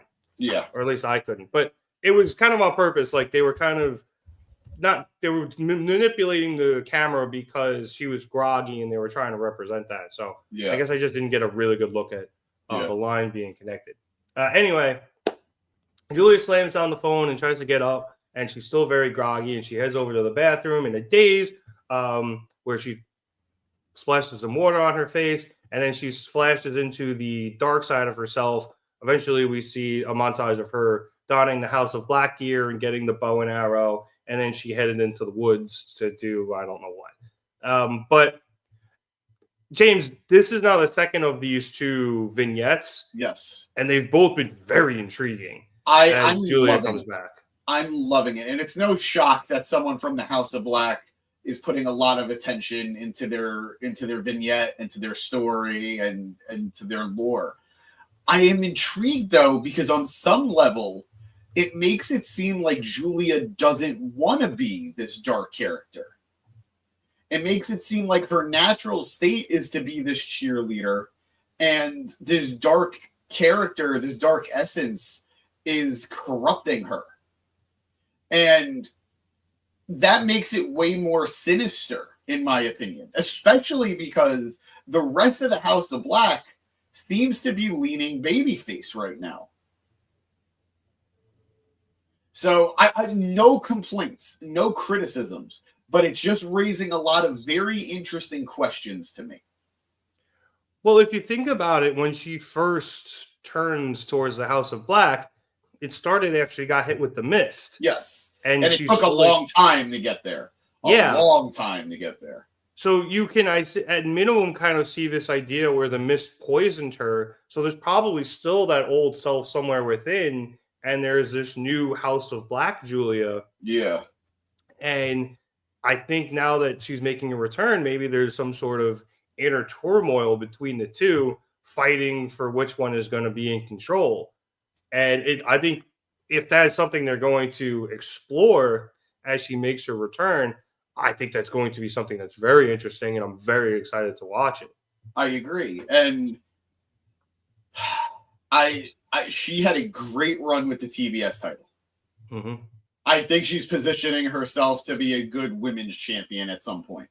And you don't got to speed it up. She's young. She's a kid. She's a kid. There is no reason to speed run this with her. But I'm all in for it. No pun intended. And I want to see how far along Sky Blue is with her recovery. Because before both of them went down, they were both doing the dark girl stuff, the dark heel persona. Yeah. And then when we saw Sky Blue more recently, she kind of had reverted. Like it was when Mariah May had dropped her. Yeah. And she did not seem to have any of that character anymore at that point. So let's see. I'm very intrigued, and that's the best thing you could do with somebody who's making a return. Yep. And I guess with Sky, as Julia went away from her, she was able to break out from underneath, I guess, almost.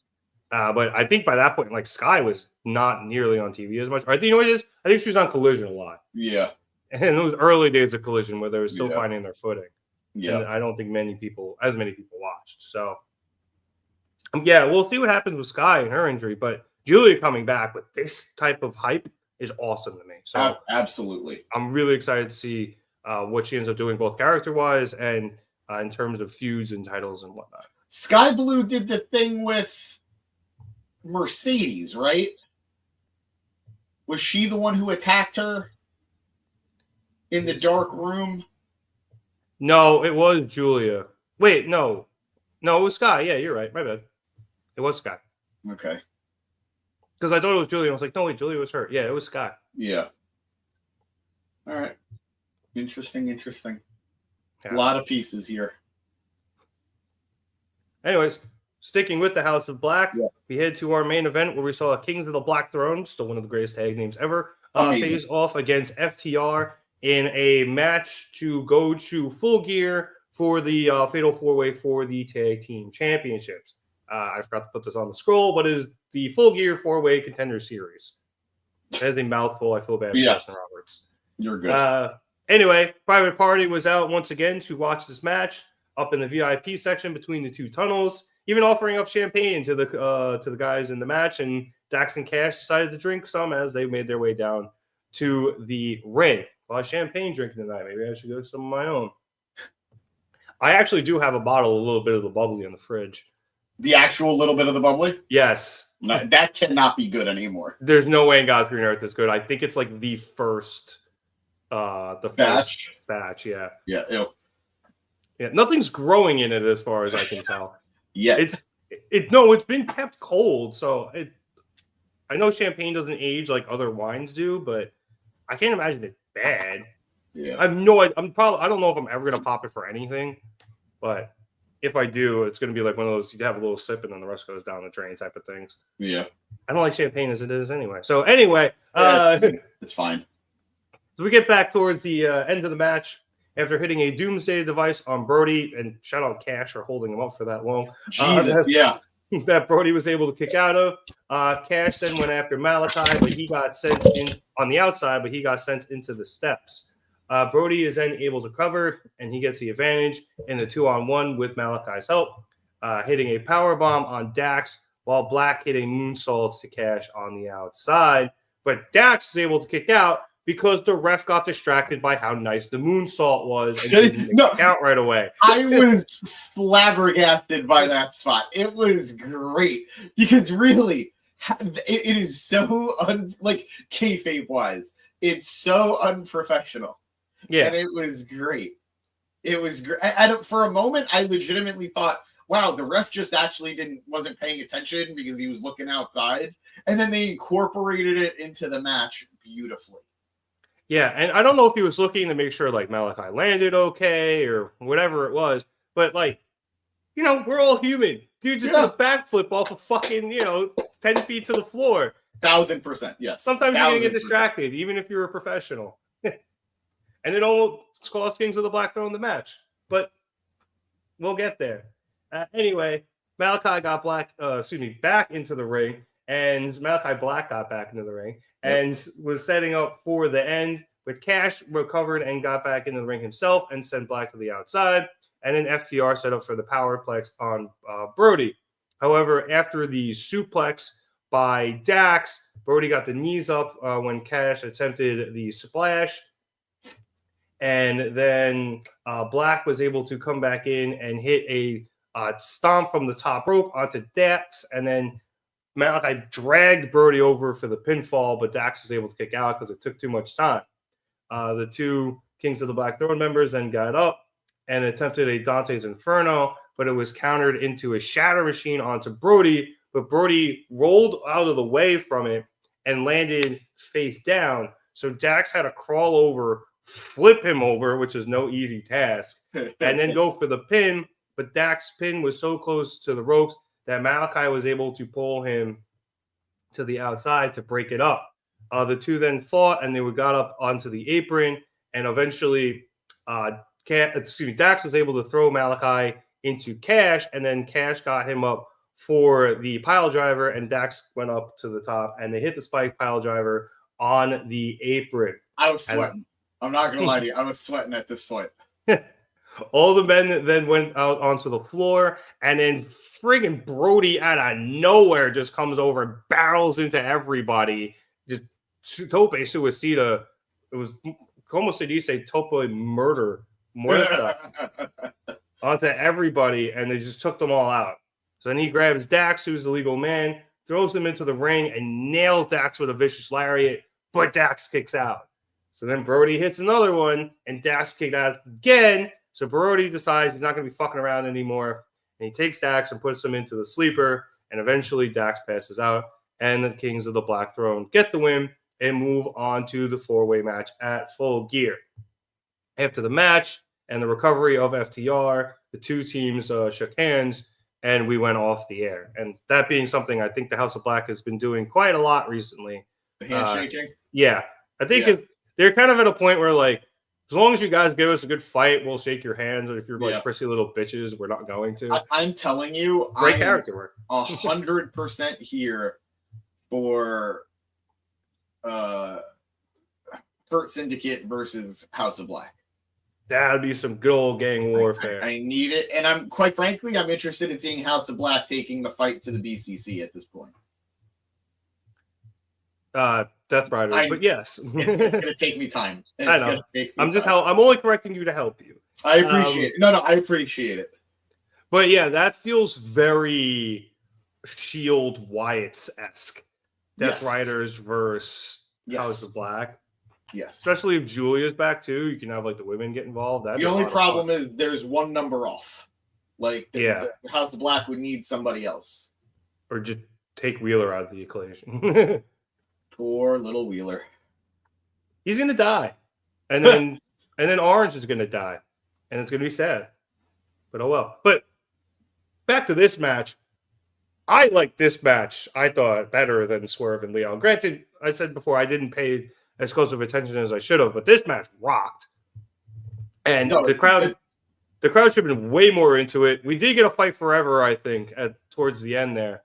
But I am not surprised how good this was, considering, obviously, A, the talent in the ring, B, the fact that Malachi has faced off against FTR quite a few times, I think, back in NXT. So they know how to book a good tag match. And this was borderline pay-per-view levels of good, I thought. So I really love this. I'd love to see this rematch, probably at a pay-per-view, so they could get even more time. But yeah, this rocked, and I'm excited to see Kings of the Black throw it on the pay-per-view, because it's going to be really fun watching them go up against the Outrunners. Man, it's like back in the day when they had Undertaker debut against Hulk Hogan. Very similar vibe.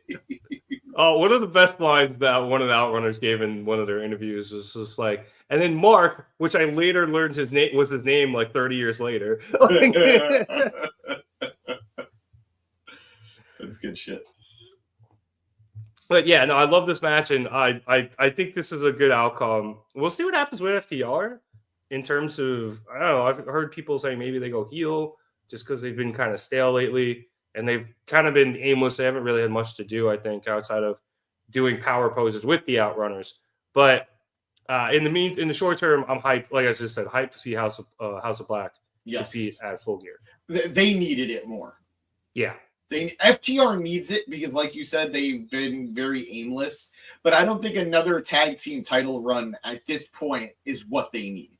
They need a storyline. They need a storyline. They need something to do.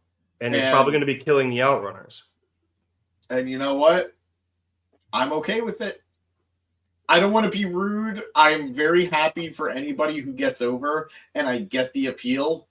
It's just not super working for me. Oh, I think they're hilarious. They're hilarious. It's just, I don't know. I think I need more. I think I need to be exposed to them more. But I am, at this moment, very okay with FTR murdering them. Yeah. But I mean, it makes sense. Like, you know, they're the youngest guys in the world, so it would make sense if you haven't been exposed to them too much. Damn it. I walked into it. And then FTR killing, you know, some up-and-comers, dick move. It is funny that they're the youngest guys in the world, and they've also been around since the 80s. You're not supposed to think about it too much, Rev. You're just not supposed to think about it. These are things you don't have to worry about because wrestling isn't real. My God. I don't know how to explain wrestling to people sometimes. You just don't. Yeah. I always like, people are like, you watch that? And I'm like, yeah, you have a few beers, and then you just watch a, you know, live stunt show. And it's awesome. And then, you know, if you actually like watch the shows in and out, you get cool storylines. Yeah. Intricate storytelling. Yeah. And sometimes it's really dumb, but you know, sometimes it's great. I normally don't do this. Yeah, we're gonna go off into a tangent real quick. Oh no, what?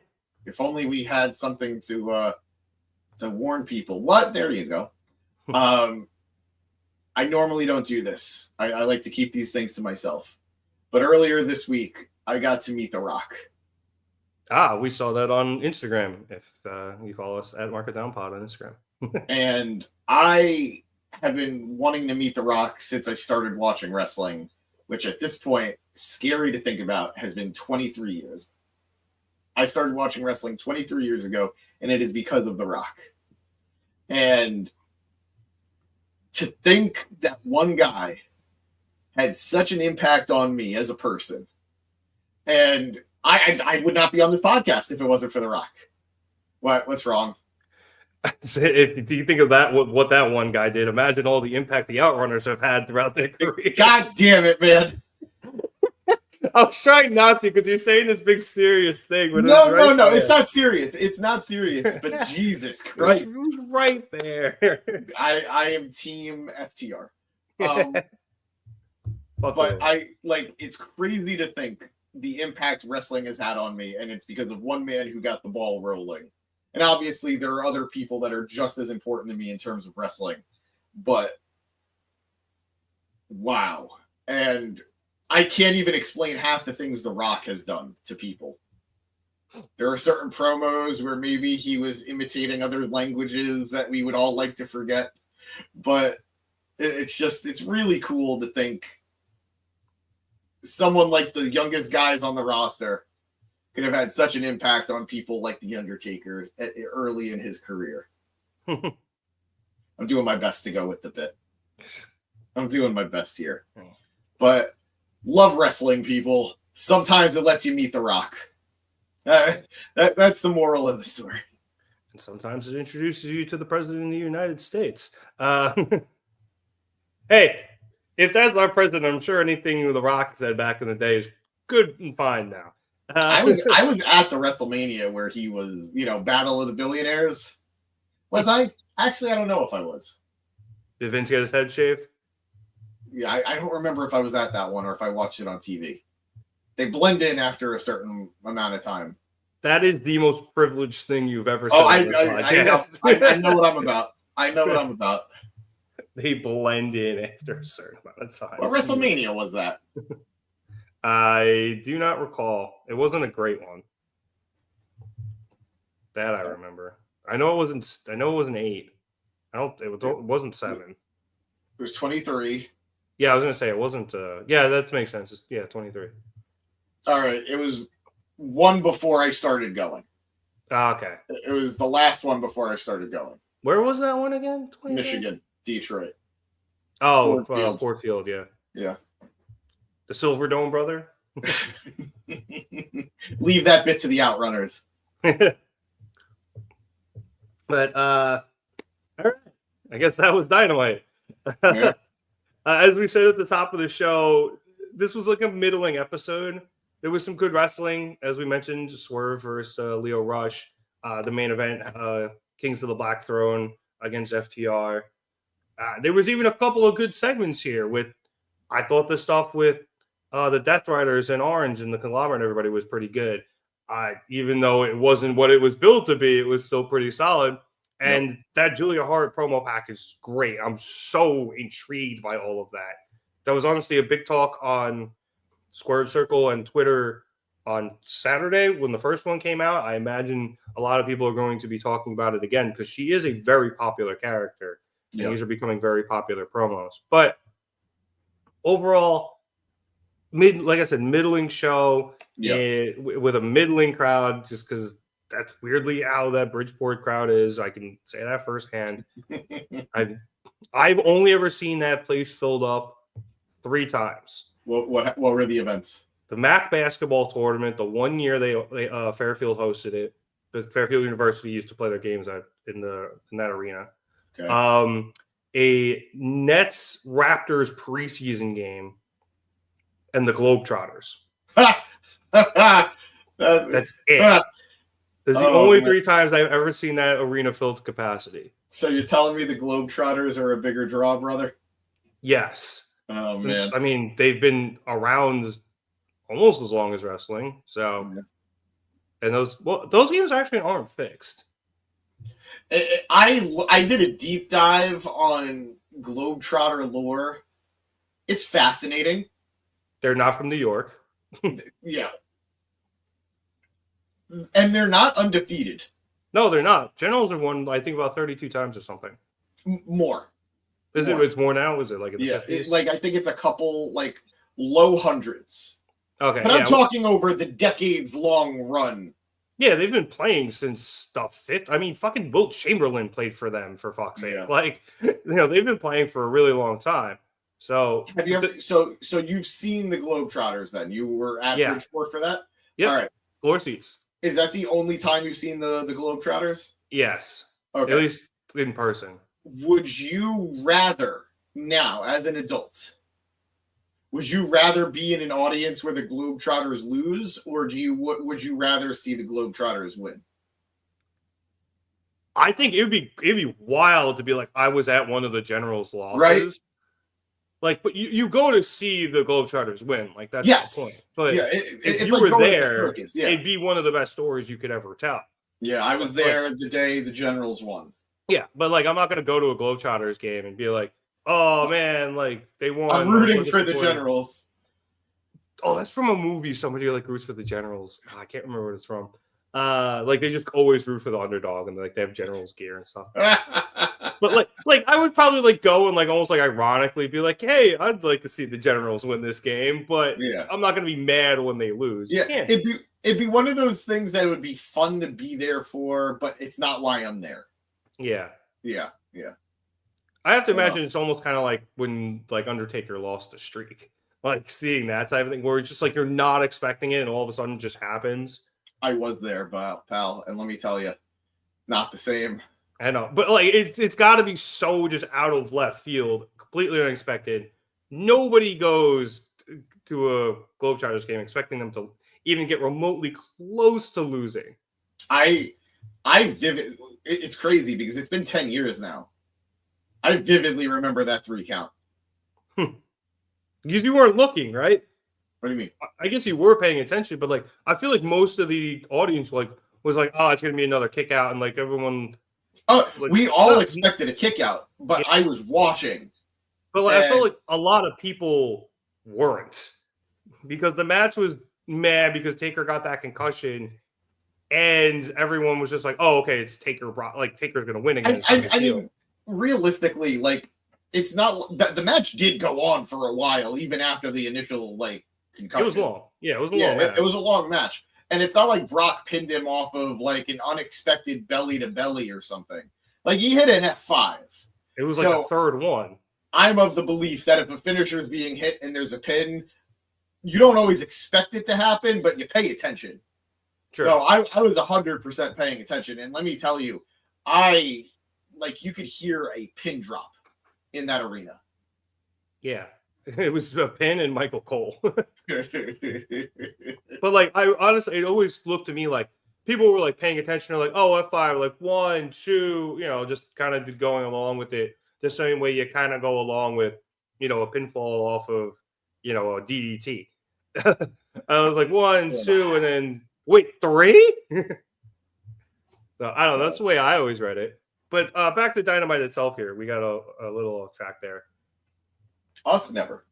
Yeah, but I assume you're kind of with me here where it was just okay. Yeah, no, it was a perfectly fine episode. There was good wrestling. There was some storytelling development. But I stand by what I said. I think it was last week when we reviewed Dynamite. It feels like AEW is struggling with this new monthly setup for pay-per-views. Because we are officially in the new era where we're getting a pay-per-view a month now. And it feels like pacing-wise, they don't know how to set up for big developments versus regular TV developments. Because back in the day, we would get 4 pay-per-views a year, and we would get 1 or 2 big dynamites in between those pay-per-views. So, like, you knew where to build to. And now, once a month, like, there is nothing new that's happening between Orange and Moxley at this point. No. And I'd be shocked if something really new happens next week. And that's not a knock on the storyline. It's just what else is there to say at this point? Yeah, they finished the story. We said this last week. They finished the story 2 weeks ago.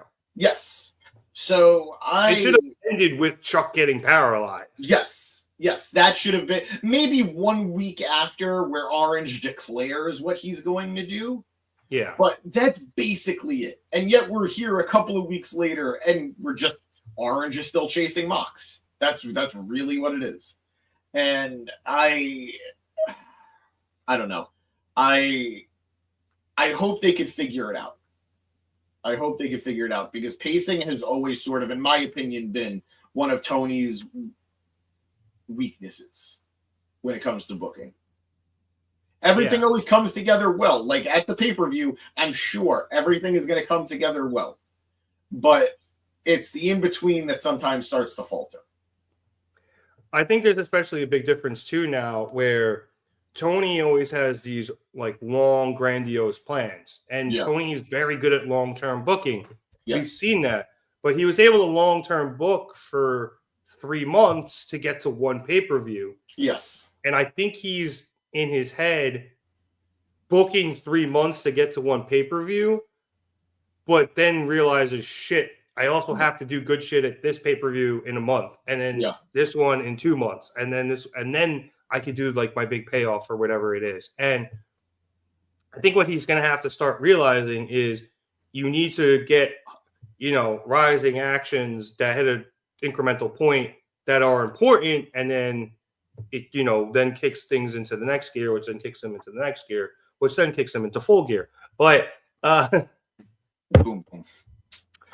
But like, I think he needs to start like really hitting like important moments in the story that line up with the pay-per-view, and then, which is tough. Like these are like the pacing and stuff. Yeah. But I also think he needs to start staggering a few stories where the big blow off for this story is at one pay-per-view, while it might be like maybe just the second chapter of this other story at the same pay-per-view. And then when you get to the next one or the one after that, then that second story will have their big blow off. And this way there's always a big blow off match or something. Yeah. And while other things can be building, and you just have a good staggered way of doing it so that there's always a big important match to the storyline's been building to for 2 or 3 months now. And I could also say, and I think you'd agree with me on this, AEW is probably the most consistent company in a very long time when it comes to pay-per-views. Yeah, there's been like 3 bad ones. And bad is like subjective, like bad versus disappointing in comparison. Yeah, like World's End was disappointing. It had some good matches, like the Christian, I almost said Edge. The Christian Adam Copeland one was amazing. Yeah, but like the rest of that card up until like that point was mid. Yeah. So the problem is the in between, and I personally think AEW is the most like it suffers the most in terms of pacing in this all in, all out Grand Slam. What was this? What was the next one? Wrestle Dream. Yeah, the last pay-per-view was Wrestle Dream. Wrestle Dream, Full Gear, 5 major event run, because all in to all out last year was 1 week. This year was 2 weeks. Right. Yeah, because Brian won the title, beat Jack, Grand Slam, Wrestle Dream. Yes. And then you had the full month cycle to Full Gear, but you had such turn and burn with all of those within such a short period of time that it's hard to cycle back up again to get to the next pay-per-view. So, God willing, next year they find the flow a little bit better. Well, I think Grand Slam is. I don't know when Grand Slam is going to be, but is it still in? I guess September. So we're getting 2 Grand Slams next year. They're doing 2. I didn't realize they're doing the Australian one and the New York one. Yes, they confirmed it a little while ago. We're still getting New York, which I'm very happy about. Yeah, I mean, I guess, but that's wild to me. Yeah, so we're getting Australian Grand Slam and New York Grand Slam, and I'm assuming the New York one is staying in September.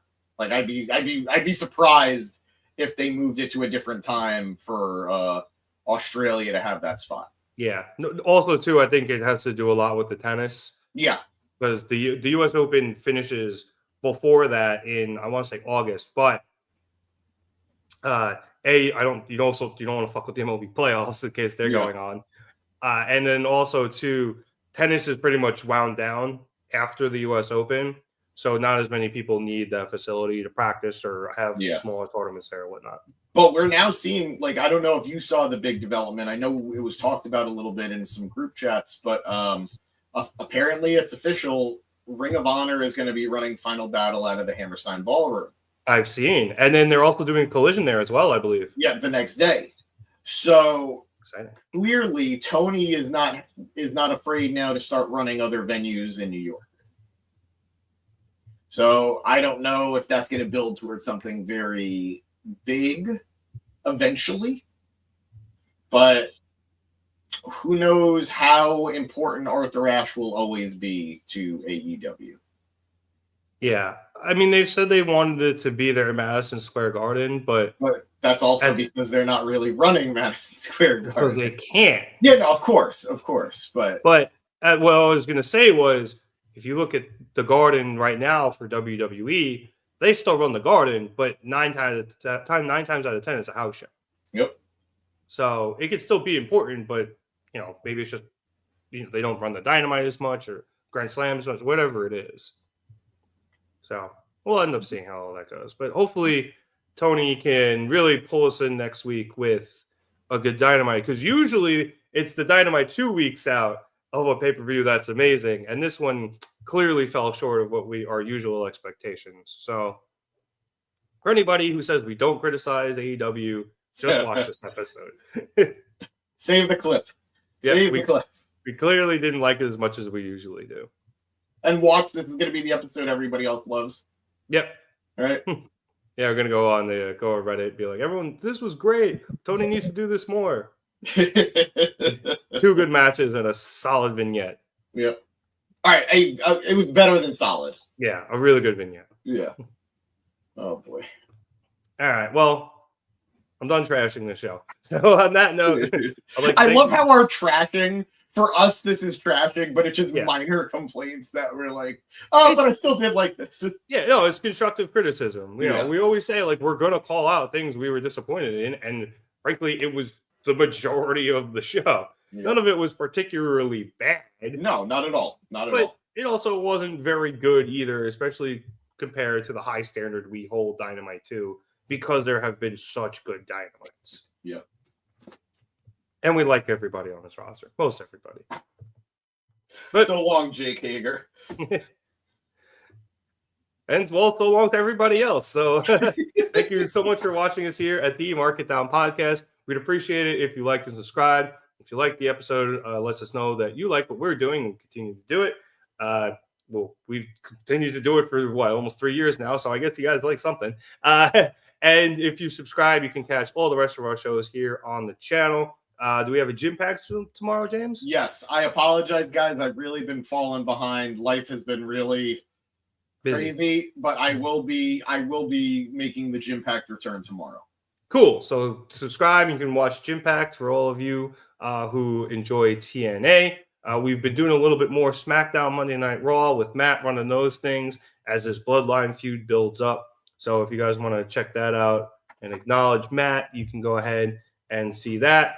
We are going to try to do some stuff with Full Gear. I'm already going. I know James and Matt are working on going and trying to get press passes for that. I'll be going as a fan because beer. But we'll guys let you know how that goes. If James and Matt are there as media, then we'll get you guys some cool behind the scenes stuff, and you can check us out on all of our social medias for that. And I'll get to that in a second. If not, we will be here live for the after the show to recap it. Yes. For the social media stuff, if you're here on YouTube, you can check all that out in the description below for the links: Twitter, Instagram, Facebook, and TikTok. If you're watching us over on Facebook, or if you're on, if you're on Twitter, you already have our Twitter. But if you want to check us out other places, just search us Mark It Down on Facebook. Twitter's at @markitdown_pod. Instagram at markitdownpod. And YouTube is youtube.com/markitdown3665. James, you got anything before we get out of here? I got to get arm surgery. I got to get shoulder surgery. We confirmed it this week, what I'm getting. Is it the long one or the short one? Short one. Well, that's some good news. Yep. So we'll take the win. So for One Arm, James Asante, my name is Nick Cummings. Thank you so much for watching us here at the Mark It Down Podcast. Sorry, James. Have a good night, everyone.